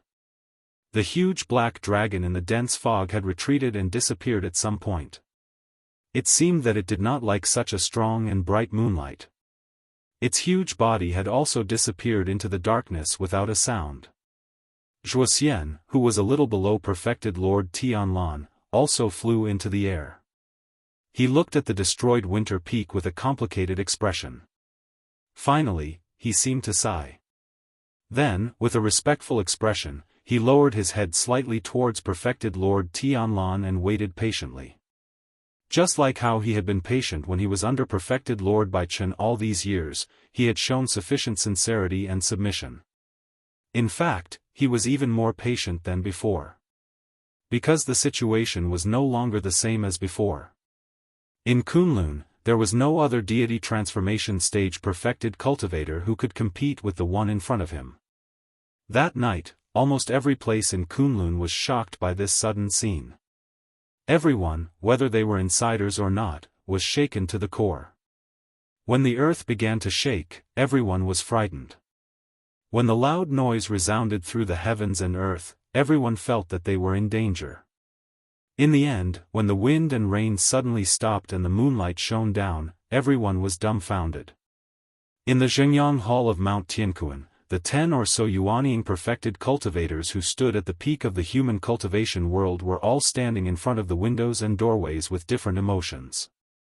They looked at the terrifying scene of the winter peak falling after the dense fog in the distance dispersed. No one said anything, or perhaps no one knew what to say or what to say. Since ancient times, it seemed that something that would never change had been destroyed in front of their eyes. Therefore, when the cold moonlight shone on them again and shone into the side hall, every Yuanying perfected cultivator seemed to feel a chill. Perfected Master Idle Month was dumbfounded. His face was filled with astonishment and horror. His usual calmness had completely vanished at this moment. Such an earth-shattering event was right in front of them. The mountain peak that symbolized the supreme power of Kunlun had suddenly collapsed in front of them. Who could remain calm? Suddenly, perfected Master Idle Month came to his senses. He immediately stood up and roared, "Quick! Let's go to the winter peak to save the people." There was a commotion in the hall. For a moment, nearly half of the nascent soul perfected masters took a step forward. But at this moment, suddenly, there was a slightly cold, abnormally calm and even somewhat grim voice that reverberated in the side hall. "Wait!" Everyone was shocked. They turned around and saw that the person who spoke was perfected Master Qian Deng, who was seated below perfected Master Idle Month. In the midst of the chaos, this great perfected master, who held a high position in the Kunlun party, had unexpectedly returned to his seat. He sat steadily, calmly, as if he was an old tree that had taken root, not moving an inch. There was not the slightest trace of shock on his face at this moment. His face was calm as he slowly opened his mouth and said, "Senior brothers and junior brothers, I think we should start this small meeting. As for those who haven't arrived yet, there's no need to wait any longer." As soon as these words came out, the crowd suddenly burst into an uproar. Even though each and every one of the Yuanying perfected masters were well-mannered, their faces changed at this moment. They looked at perfected Master Qian Deng in horror. "You!" Perfected Master Idle Month was filled with anger. He pointed at perfected Master Qian Deng and was so angry that he couldn't speak for a moment. Even his fingers seemed to be trembling. At this time, someone beside him also came back to his senses and immediately rebuked perfected Master Qian Deng for not seeing the big picture. Perfected Master Qian Deng didn't defend himself. He waited for the surrounding people to quiet down a little before he calmly said, "Martial Uncle Tianlan will be here in a while. When that time comes, it's up to you to decide what to do and what to do next." After saying this, he closed his eyes and no longer spoke. The surrounding hall instantly fell into a deathly silence. Perfected Master Idle Month's face was ashen. His body slightly trembled and a trace of despair finally appeared in his eyes. The cold moonlight sprinkled on the hall's floor, like frost and snow.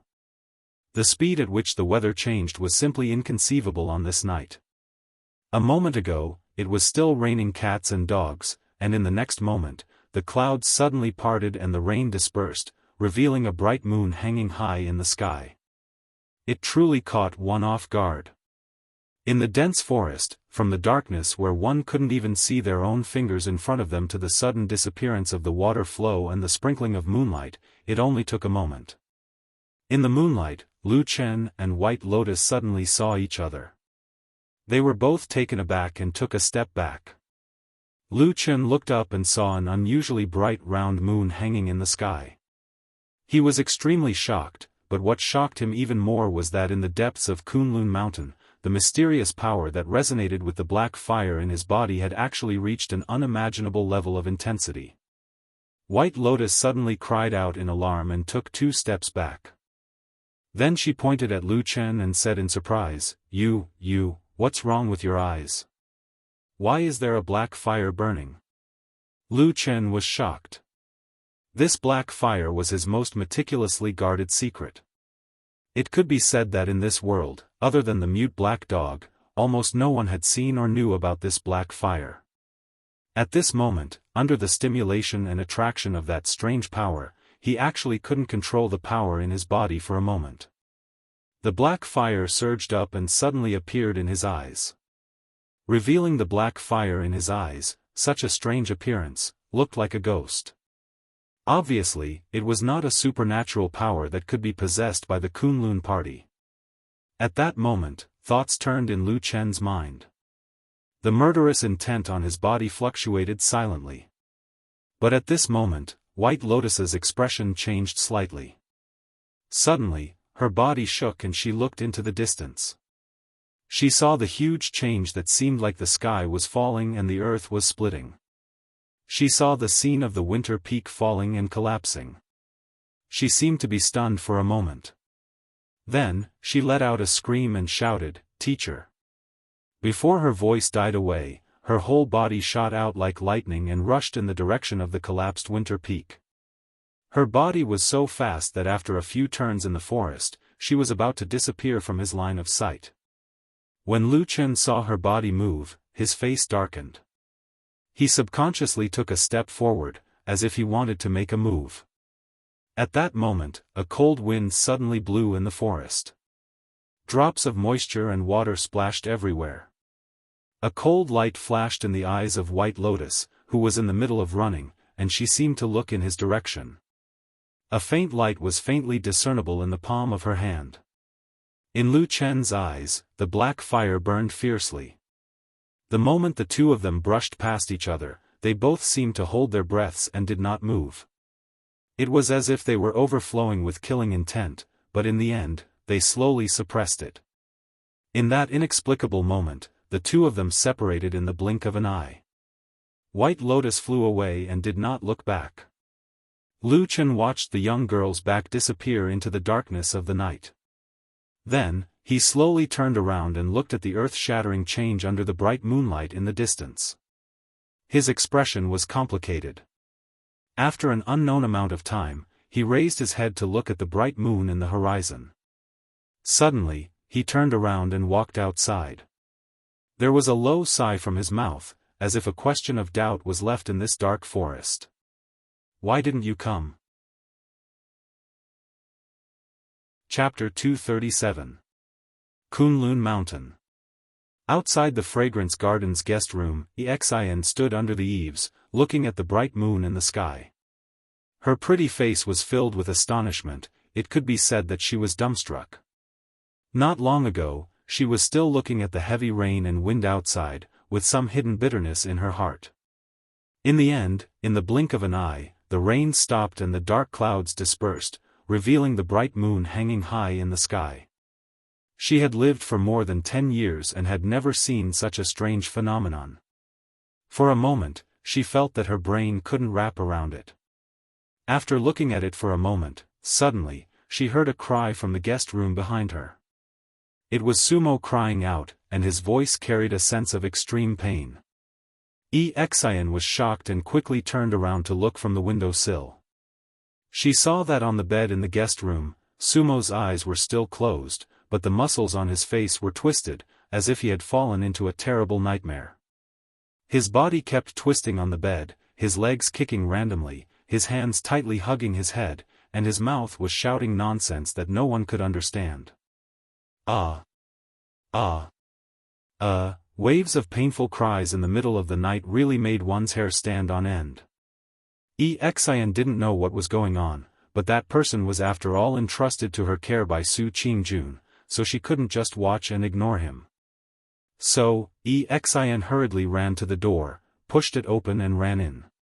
She came to the bed and pressed down hard on Sumo, at the same time calling out his name, hoping that she could wake up Sumo from his nightmare.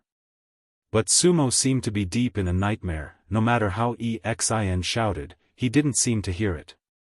He just desperately hugged his head and twisted his body, crying and shouting something, and finally even began to tear and scratch his body.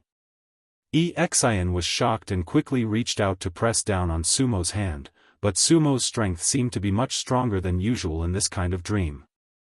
There were a few times when Xin almost couldn't hold him down, but fortunately Sumo's consciousness wasn't clear, and he didn't deliberately hurt Xin.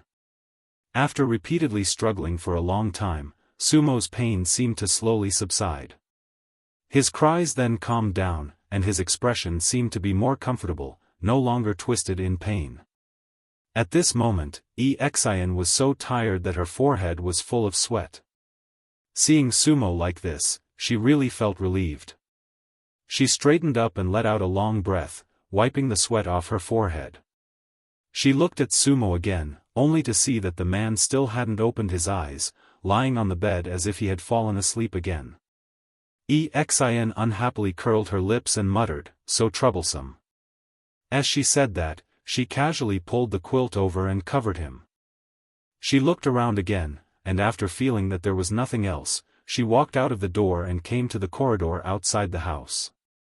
Because of the sudden appearance of the bright moon, and on this full moon night, the moonlight was unusually bright, as if it was daytime. The night seemed to be even brighter than before. Xin looked at the moonlight, and then looked in the direction of the clouds in the sky. Her expression became a little worried, and she whispered to herself, "Such a big thing happened. Even if Sister Su and the others are on the way back, they must have rushed to Dongfeng to help. Really, how could such a thing happen? Pa!" Just as she was talking to herself, a sudden crisp sound came from behind her, startling Xin. She turned around and saw that the two windows of the guest room seemed to have been blown shut by the wind.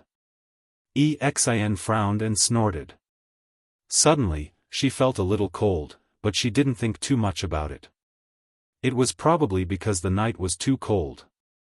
She stretched out her hand to tighten the lapels of her clothes, but she suddenly remembered that long ago in the land of confusion, when Lu Chen brought her and Atsu to travel through the barren mountains and wild rivers. A faint warmth flashed through her heart, and a trace of a smile appeared at the corner of her mouth. She smiled so sweetly, but she completely didn't notice that there was suddenly a shadow quietly surging up behind her, pouncing towards her back. A strange phenomenon suddenly occurred on Kunlun Mountain. The torrential rain instantly dissipated, and a bright moon appeared in the sky. Such a strange phenomenon did not only occur on the mountain. Even Kunwu City at the foot of the mountain was affected for a moment. However, because they were too far away from the mountain, the people in Kunwu City couldn't see the shocking scene of Dongfeng collapsing. Even so, it was already shocking enough. The two people with the highest status among the demon cult of the three realms hiding in Kunwu City were undoubtedly Fan Tui and Chen He. At this moment, they were standing on the rooftop of their houses and looking at the dark Kunlun mountain in the distance. They had shocked expressions on their faces. Under the night sky, Kunlun mountain appeared unusually mysterious. Even though they couldn't see the scene of Dongfeng collapsing in the dense fog zone, the huge pillar of light that shot into the sky was still too eye-catching. It was impossible for them not to see it. Fan Tui muttered, "What exactly happened on this mountain? Why is there such a strange phenomenon?" Chen He shook his head and said, "I don't know. This is also the first time I've seen such a shocking phenomenon in my life." Fan Tui's expression suddenly changed. He said to Chen He, "Could it be that the mysterious brother in the Kunlun party has done something shocking?" Chen He was stunned for a moment. A strange expression appeared on his face. He wanted to deny it, but after thinking about it carefully, he didn't dare to deny it so recklessly. In the end, he could only let out a bitter laugh and said, "I really don't dare to make wild guesses about this. However, something big must have happened on the mountain that we don't know about." After a moment of silence, Fan Tui suddenly clasped his hands together and said, "Such a shocking phenomenon must be extraordinary. If a treasure has appeared, it must be a rare treasure or an ancient divine weapon. If someone has mastered a technique and displayed a strange phenomenon, it must be a divine technique or a divine weapon. No matter what, we can't ignore it. I'll immediately mobilize people to rush here and order our spies on the mountain to investigate and see what exactly happened to the Kunlun party. Chen He thought for a moment and said, "That's fine too." After saying that, he seemed to have sensed something and turned his head to look around. Under the night sky, he saw that on the roofs and walls of many houses in Kunwa City, there were some indistinct figures standing on high places. They were all looking in the direction of the Kunlun mountain range. Clearly, they were also alarmed by the strange phenomenon that had happened not long ago. In a place even further away from Kunwa City, on a nameless mountain peak in the wilderness, the long and narrow slope at the top of the mountain was littered with the corpses of demonic beasts. Blood flowed everywhere, and flesh was badly mutilated. It was a terrifying scene that resembled the purgatory of the underworld.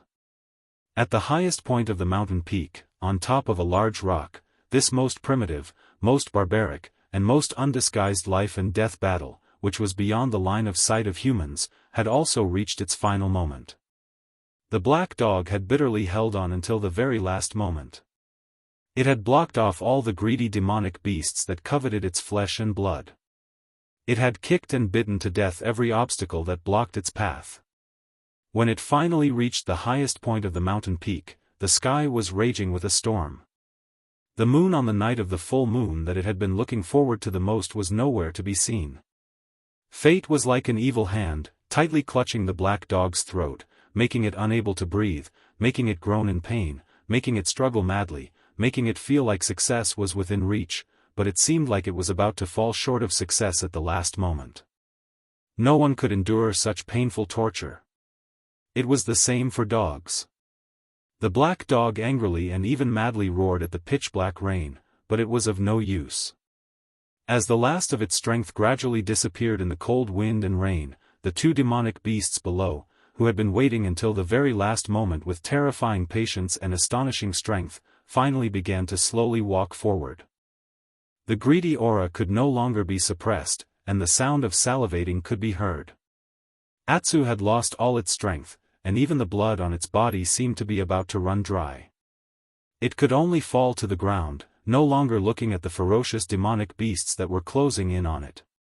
Instead, it stared blankly at the dark sky, not even making a sound. Just like that, it silently waited for the arrival of death. The only eye of the black dog was shining with a lonely green light. Perhaps at this moment, it was still thinking about Lu Chen. Perhaps it was still thinking about how wonderful it would be to be able to stay by his side.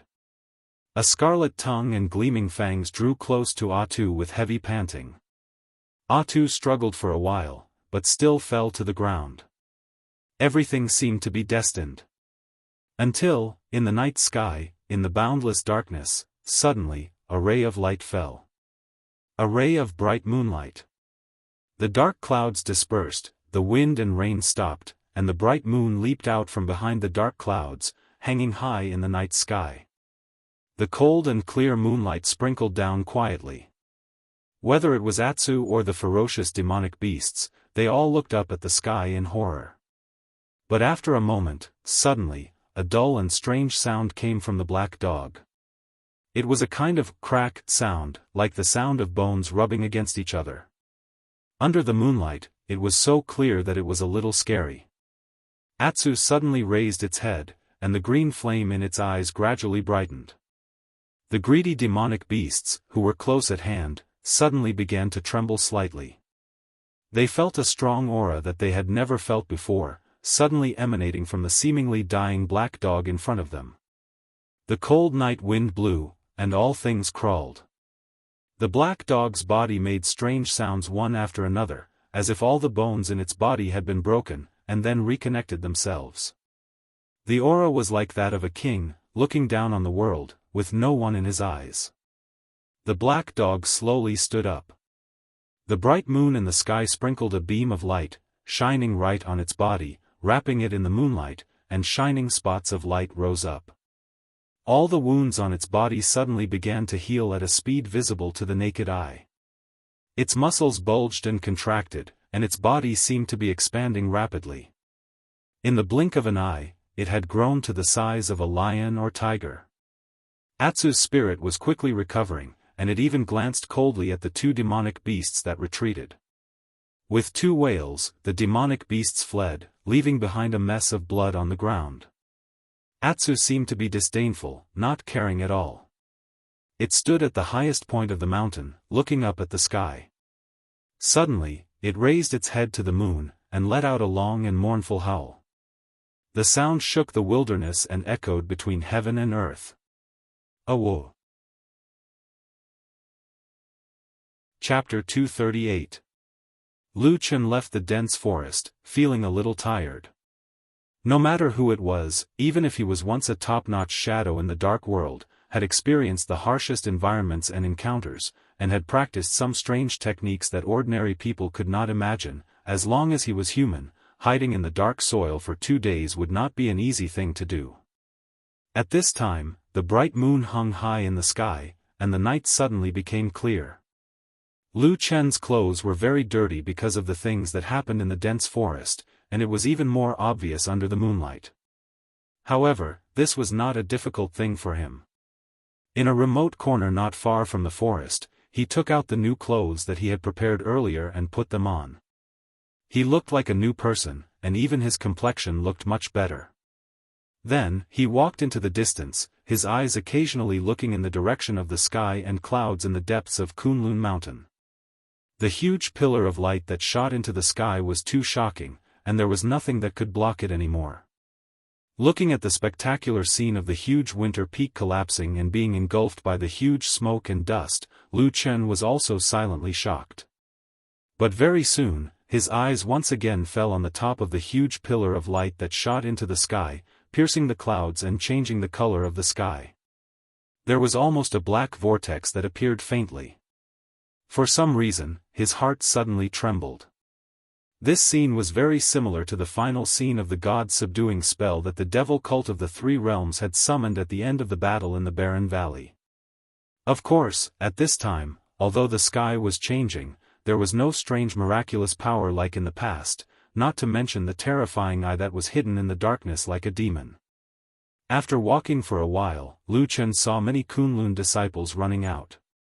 In fact, according to the time, it was already late at night, and it was already the time of the Kunlun party's curfew. But what happened tonight was too big, and it was impossible for people to just sit in their rooms. More and more people appeared, and more people began to run in the direction of the winter peak.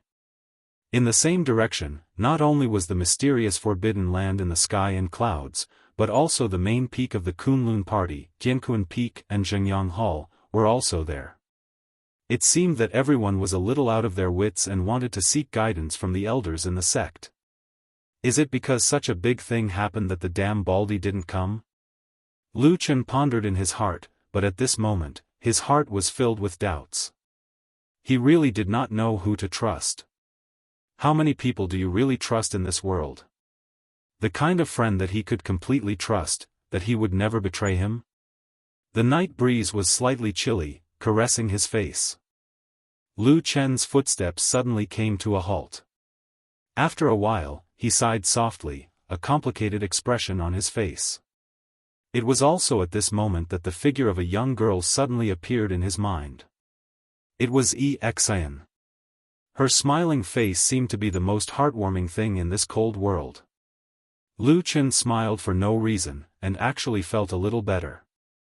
He raised his head again to look at the bright moon. The moonlight was bright, and at this moment, the night was actually somewhat bright and beautiful. For some reason, he felt a little tired of the place where the crowd was running to, but he remembered how Xian looked when she said she would come to find him a few days ago. Her smile seemed to have never been so clear in his heart. Lu Chen turned around and then said to himself in a low voice, "Forget it, let's go see that silly girl." The location of the fragrance garden tea room and the guest room happened to be in the opposite direction of the sky and clouds, as well as Tianquan Peak and other important places. When Lu Chen turned around and walked in that direction, he encountered many Kunlun disciples on the road. He was traveling in the opposite direction alone. Of course, he appeared to be out of the ordinary. However, it was currently night time and such a shocking event had happened. Almost all of the Kunlun disciples were in a state of panic. Hence, no one would pay attention to such an inconspicuous, ordinary character. In addition, along the way, Lu Chen tried to walk in the shadows of the roadside. Many people didn't even notice him and ran past him. Lu Chen secretly observed many people and found that many of them seemed to have gone to Tiankuan Peak's Jingyang Hall to participate in the day's meeting. On their way back at night, such a big event suddenly happened, so they turned back one after another and rushed towards the collapsed mountain peak. What happened? What happened to Dongfeng Peak? Could it be that there are foreign enemies invading? Is there another big earthquake in the mountain? Along the way, Lu Chen didn't know how many questions like these were heard. Obviously, most of the Kunlun disciples still didn't know what had happened. After walking for about half of the journey, the front suddenly became empty. It seemed that most of the people had already rushed over, leaving only the dark houses and pavilions in front of him in silence in the night. Lu Chen remembered that Xian told him that she often stayed here these days because her master, Dongfang Tao, often came here to drink tea and chat with Melaleuca japonica. It seemed that the two of them had an unusually deep friendship. But now, Lu Chen was only worried that Xian was silly. Although it was very lively in the sky, she also ran over to watch the fun. It didn't matter if he couldn't find Xian tonight, but he had a faint feeling that the damn Baldy was very likely to be there at this moment. In this world, the person that Lu Chen couldn't see through the most and was most afraid of was the damn Baldy who had raised him since he was young.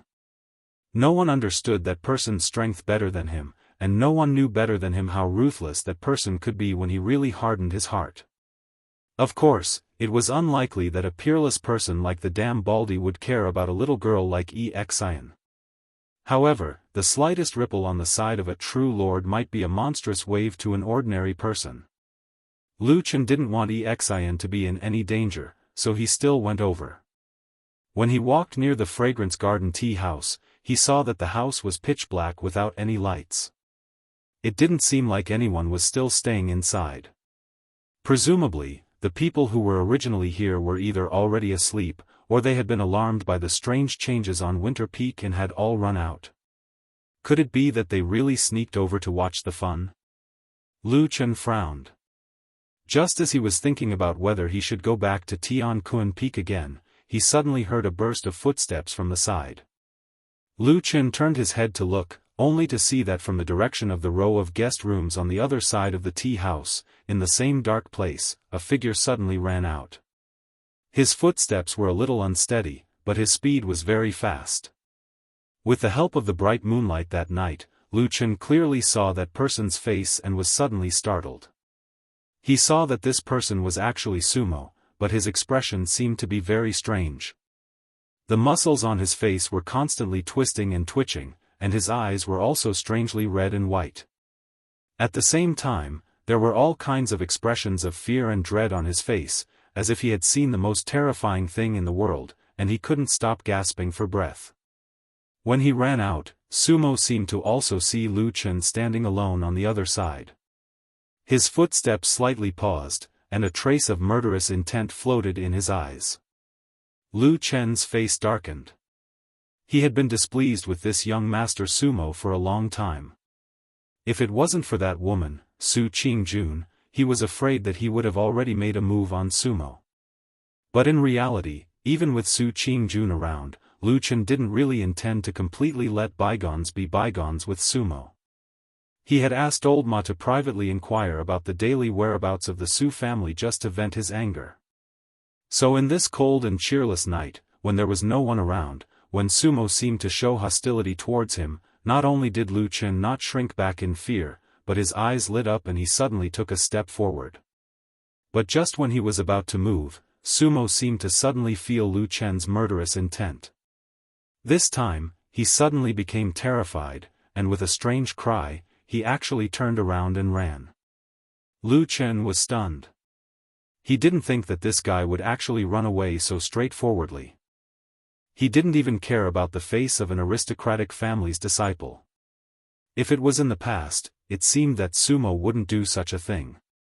There was some doubt in his heart, but Lu Chen quickly frowned.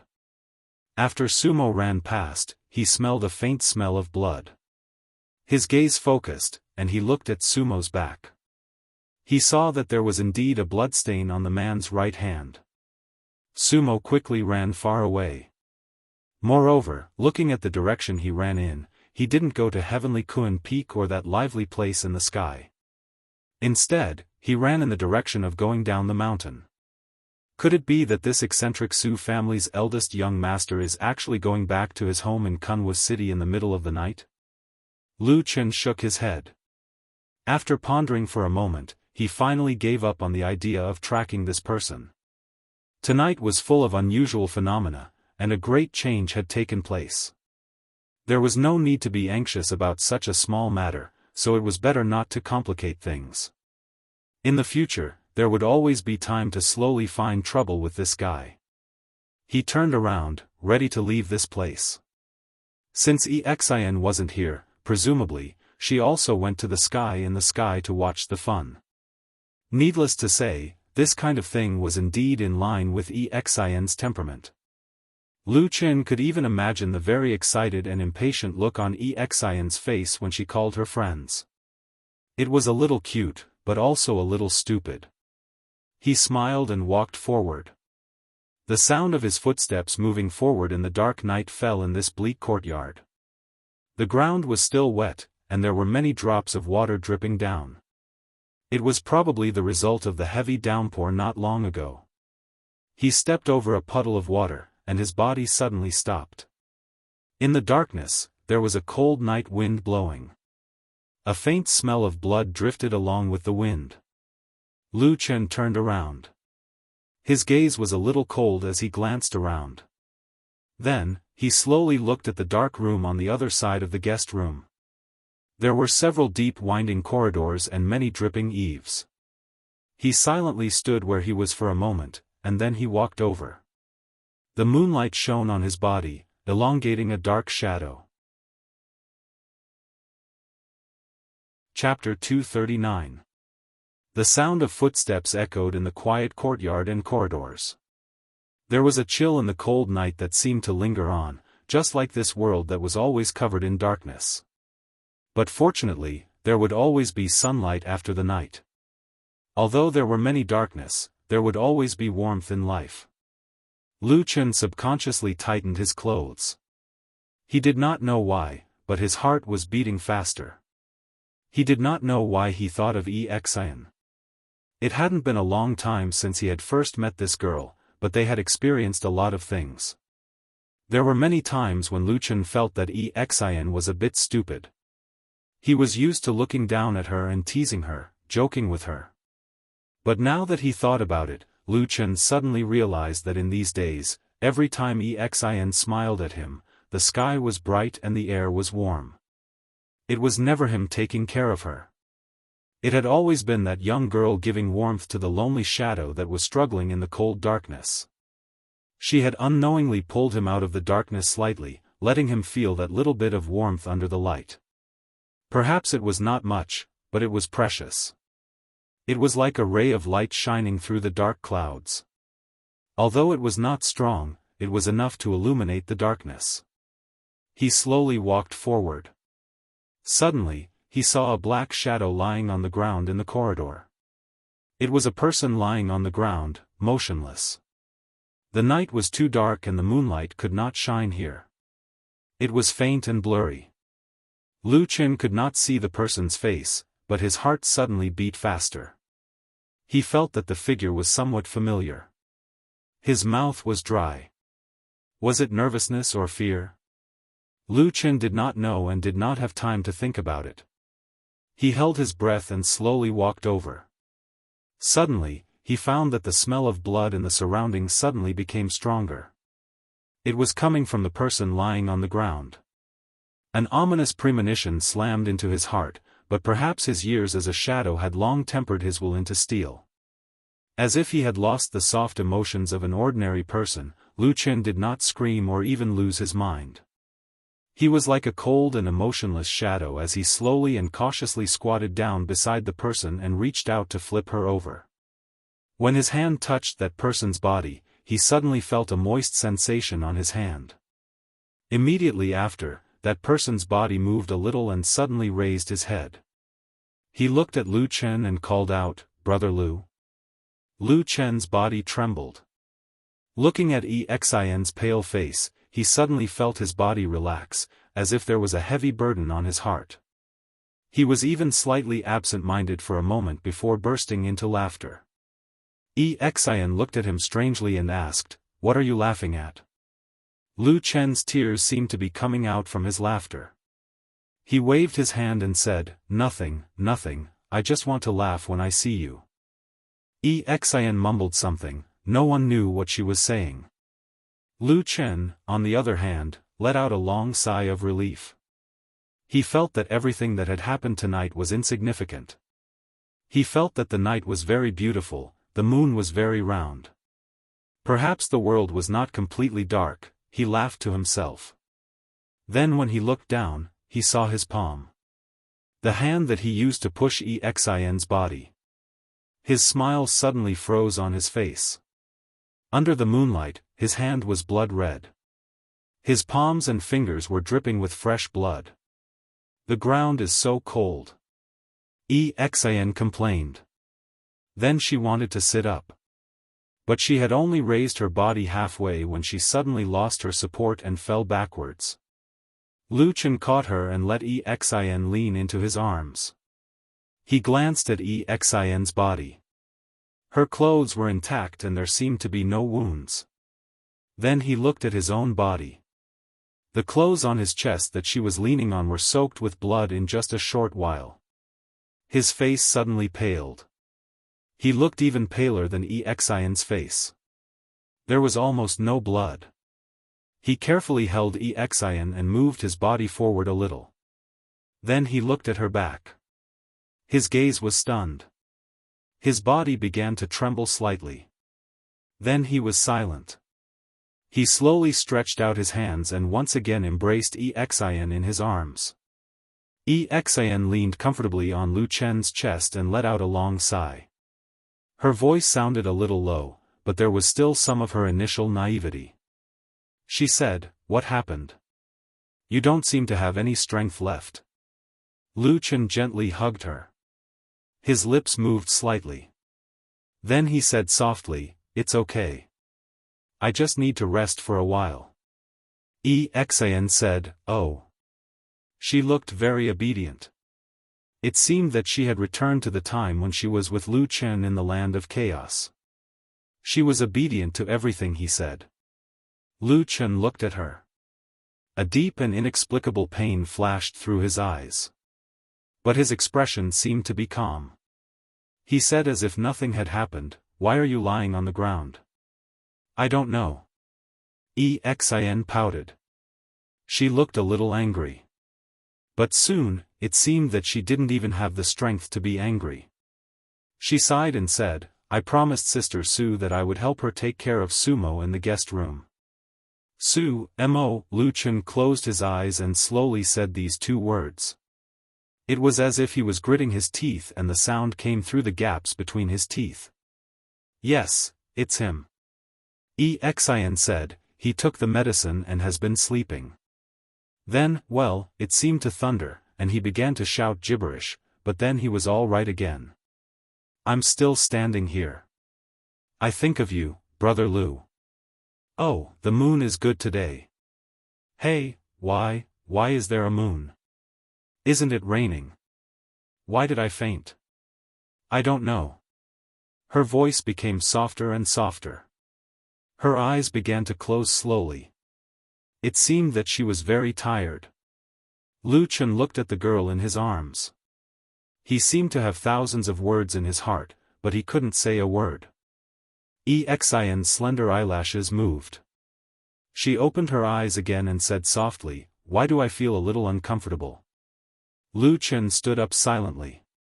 He carried Xian and walked forward, leaving this dark world. Then he said calmly, "It's nothing. You're a little injured." "Injured?" Xin seemed a little surprised. But she seemed to be too tired. She didn't think to see where she was injured. "Yes." Lu Chen repeated gently to her. Then he smiled and said, "It's just a small injury. It's nothing." "Oh, I don't want it." Xin suddenly cried softly. "Don't what?" Lu Chen asked her. At the same time, he had already walked out of the corridor and walked down the mountain. Xin frowned. She seemed to be afraid and disgusted. She pouted and said, "I don't want that kind of bug. You used to always put bugs on me. It's disgusting." Lu Chen's footsteps paused. He continued to walk forward. At the same time, he said softly, "Okay, don't put that bug juice on me. Besides, I can't find that kind of thing now." Xin suddenly seemed happy. She smiled. But her whole body slowly leaned against his chest. She said softly, "Brother Lu, I'm a little cold." Lu Chen's hands tightened. He held her in his arms. At the same time, a drop of water fell on Xin's white face. Xin's eyes seemed to be a little blurry. But she still felt it. She shook her head and said, "Hey, it's raining. Or are you crying? Brother Lu?" "Nonsense. I've killed countless people. I have a heart of stone for more than 10 years.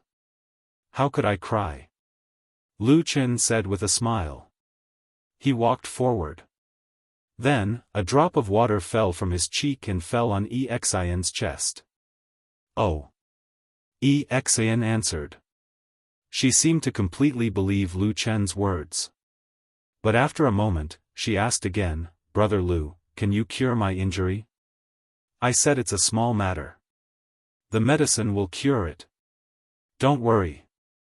Lu Chen said. "But I don't want to stay here." Xin said. "I'll take you away." Lu Chen said immediately. His tone was as firm as steel, as if this was the right thing to do, as if everything was only natural. "Where do you want to go?" Lu Chen asked. Xin's head was completely leaning on his chest. Her eyes were slightly closed. Her face was so pale that it seemed to be transparent. The breath in her mouth was also weak. But it seemed that she still didn't want to sleep. She still wanted to talk. So she persisted and woke up again. She forced her eyes open and smiled at Lu Chen. "I want to see my parents." Xin said. "Let's go now." Lu Chen held her and suddenly sped up. But after a moment, he suddenly felt something. He looked down and saw that Xin's eyes were open. She was staring at his face. "What's wrong?" Lu Chen suddenly didn't dare to look at this pair of pure and clear eyes. He looked away. Then, he heard Xin whisper, "Brother Lu, you lied to me again." "I didn't," Xin suddenly interrupted him and said, "I saw it. You were crying so sadly." Under the moonlight, the man's face was covered in tears. He shook his head and gritted his teeth, trying to laugh. But each laugh turned into a hoarse whimper. He wanted to beat his chest and yell at her, but he didn't dare to look at her eyes again. Under the moonlight, he held the girl and staggered forward. He was like a stray dog that had lost its home. He crazily wanted to grasp the last bit of hope, but in the end, he couldn't stop the girl and that warmth from leaving. Her pale hand reached out and Xin wiped his face, wiping away some of the tears. Then she complained to herself, although her voice was very soft and low. I haven't even gone to the heaven vault cloud realm. In the end, even the mountain has collapsed. How boring. Her voice gradually became lower and finally couldn't be heard. Lu Chen's footsteps instantly stopped. He watched as that hand slid down from his face and weakly slid to the girl's side. He was dumbfounded. He slowly raised his head and looked at the deep night sky, as well as the cold moon. The black fire once again burned fiercely in his eyes. A terrifying and ice-cold murderous intent leaped out from the darkness like the shadow of a demon, emitting a soundless howl towards the darkness. The night, the deeper it got, the colder it got. Chapter 240. Su Qingjun left the Zhengyang Hall on Heavenly Kun Peak a little later than most people. She was passing by Qiandeng, Mingyue, and her master, Daoist Master Muyuan, when Daoist Master Mingzhu suddenly asked her to wait at the entrance. Masato Kihara was somewhat dissatisfied with this, but Su Qingjun was a filial disciple, so in order to avoid conflict between her master and them, she voluntarily stayed behind. Later, He came over, but Su Qingjun didn't like this person, even though He was one of the most outstanding genius disciples of the younger generation of the Kunlun party, just like her. Sumo was her only younger brother, but he was seriously injured by He, so the hatred between them was already very deep. Moreover, Su Qingjun could more or less feel that although He usually didn't do anything out of line, including looking at her with a peaceful gaze most of the time, he also had a feeling of disgust towards the Su family. Su Qingjun didn't know how the Su family on her side had offended him, that he would always target the Su family. Perhaps it was because of He Gang's death a few days ago? In retrospect, He Gang's death was indeed a little strange. No matter who saw the timing of his death, they would suspect that the Su family secretly did it to vent their anger. But Su Qingjun herself knew that the Su family didn't do it. After leaving Zhengyang Hall, Su Qingjun was worried about Sumo, who was still unconscious in the Fragrance Garden's guest room, so she rushed all the way back. But halfway there, she heard a loud noise, just like countless Kunlun party disciples, and then witnessed the most shocking change in the Kunlun mountains in 1,000 years. Strange peaks fell, the mountains collapsed, and a terrible and huge pillar of light soared into the sky. It was a scene of doomsday. The entire Kunlun mountain was in an uproar.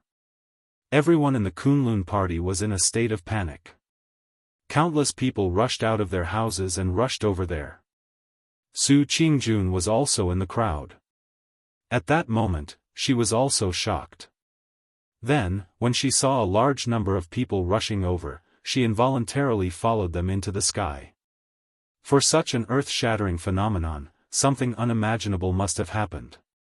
It might even be related to the survival of the entire Kunlun sect. Because it was the winter peak where Hakushin Jinkuan's Immortal's cave was located among the clouds in the sky. What the hell happened? She also wanted to know.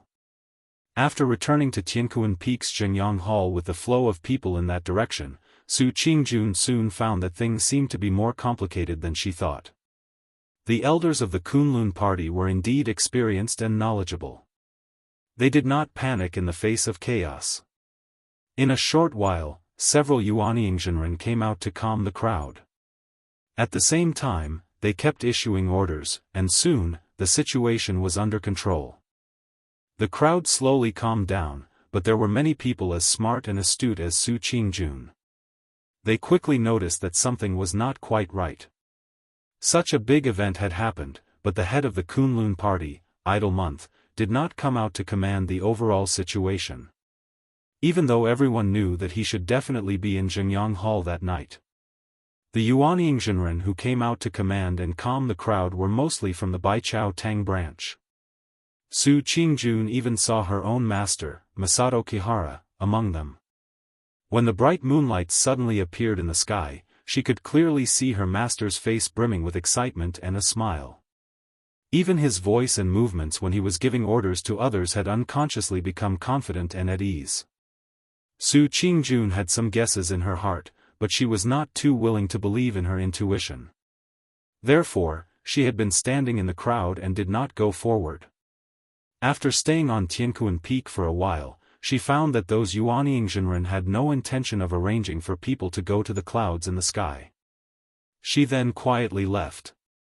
The moonlight was very bright, but the night was equally dark. The Kunlun mountain range, which had just experienced an earth-shattering change, seemed to still be shrouded in darkness.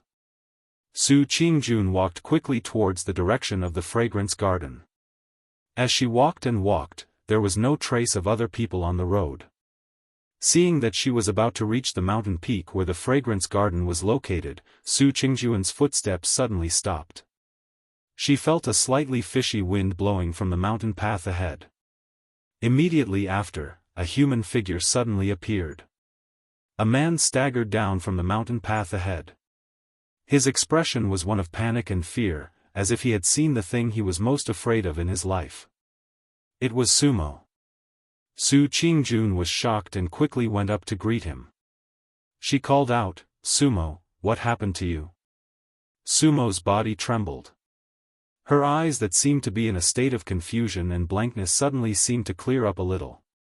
She stopped and looked toward Su Qingjun. After being stunned for a moment, she suddenly called out in a hoarse voice, "Sister?" Su Qingjun ran in front of her and looked at Sumo's disheveled appearance with astonishment. She said, "You're awake. Are you feeling better? Why did you suddenly run down the mountain by yourself?" Sumo stared blankly at her. After a while, she said, "I'm fine. I want to go home now and tell father and mother this good news so they don't have to worry anymore." Su Qingjun hesitated for a moment, but in the end, she still nodded. The Kunlun party couldn't be considered too peaceful tonight, so going to her home in Kunwu City could be considered a safe place. She immediately said in a soft voice, "That's fine too. You can go. I have to first thank the elders for saving you. I'll also go back to see you later." "Right, isn't Xian looking after you?" "She's now." Before she could finish speaking, she saw Sumo suddenly turn around and run away with large strides, looking as if he was very anxious. Su Qingjun's words were stuck in her mouth for a moment. Soon after, she frowned and looked at Sumo with some surprise. There was a bit of doubt in her eyes, but perhaps it was because she saw him running as if he was flying and seemed to be really well, so she relaxed. After standing in place and thinking for a moment, she decided to continue up the mountain. In any case, Dongfang Tao and Melaleuca Japonica, the two elders, had treated her younger brother, Sumo, so she had to thank them in person. Little sister Xian had helped her greatly, so she also had to go and thank them. In fact, it was reasonable to say that Sumo should also stay and thank them. However, since this good-for-nothing brat ran away by himself, she would have to complete these things herself. She sighed softly, shook her head, and walked up the mountain. The mountain path was undulating and curved, and the moonlight shone through the gaps between the branches of the forest, shining on her beautiful face. In the darkness of the night, there was a bit of coldness. After walking for an unknown amount of time, probably halfway up the mountain, Su Qingjun suddenly heard the sound of footsteps coming down from the mountain. The footsteps sounded especially heavy, and the sound paused, as if they were stepping on the bottom of her heart, drifting out in the darkness, trampling through the original silence of this place.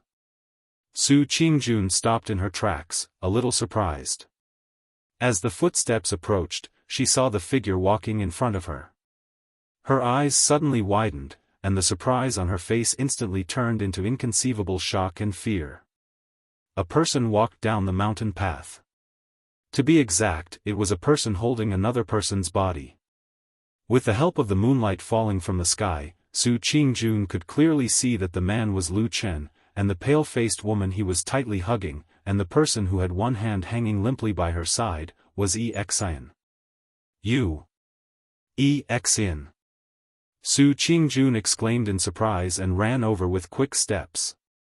However, she just arrived before Xian when she smelled a strong smell of blood. Moreover, Xian's practically pale face and chest that had stopped rising and falling had already explained everything. Su Qingjun almost could not believe her own eyes. When she left this morning, Xian was clearly that lively young lady with a sweet smile. How did it become like this at night? What happened to her? Su Qingjun's eyes were misty, her voice trembling as she looked up at Lu Chen and asked. Then, her body suddenly shook, a shocked expression on her face, and subconsciously took a step back.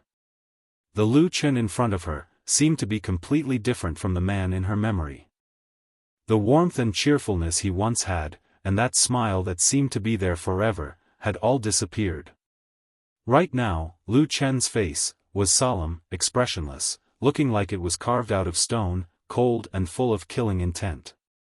Lu Chen's eyes were perhaps the only part of his face that still had some liveliness, but for some reason, Su Qingjun felt that she might be seeing things, because she seemed to see flames from that pair of eyes, and what's more, that fire was actually black. Just like this boundless, deep night. She's dead. Lu Chen's voice sounded emotionless, so cold as if he was talking about something that had nothing to do with him. Su Qingjun shook her head in disbelief, did not even have the time to care about the strange look in Lu Chen's eyes. Her eyes once again fell on Xian's face, said in a low voice, why is it like this? Aren't you helping me look after Sumo? When I saw him just now, he was still fine. Why would you suddenly? You saw Sumo? Lu Chen suddenly asked. That voice sounded a bit cold, like the cold wind in this night, blowing coldly. Su Qingjun looked at Xian, her mouth half open, her face sorrowful, as if she still could not immediately accept this reality, nodded subconsciously, said, yes, just now, at the foot of the mountain. Where did he go? Su Qingjun said, he said he wanted to go home first, so I let him go, said I wanted to come over to thank Xian and her master, and we'll go back later. Lu Chen suddenly stepped forward, and Su Qingjun was startled, hurriedly stopped him, said, where are you going? What is going on with Xian? Lu Chen suddenly turned his head, coldly looked at her. In that pair of eyes, there seemed to be a ghost fire flickering. The dark flames suddenly flourished, an icy bone-piercing chill seemed to hit her in the face. Su Qingjun's whole body turned cold, her heart greatly alarmed, retreating 2 steps back. At that moment, she actually felt so clearly, that terrifying killing intent directly enveloped her body. You're tuning in to the Unparalleled SwordWill YouTube channel. Don't forget to subscribe and join us on this journey to catch the most captivating stories.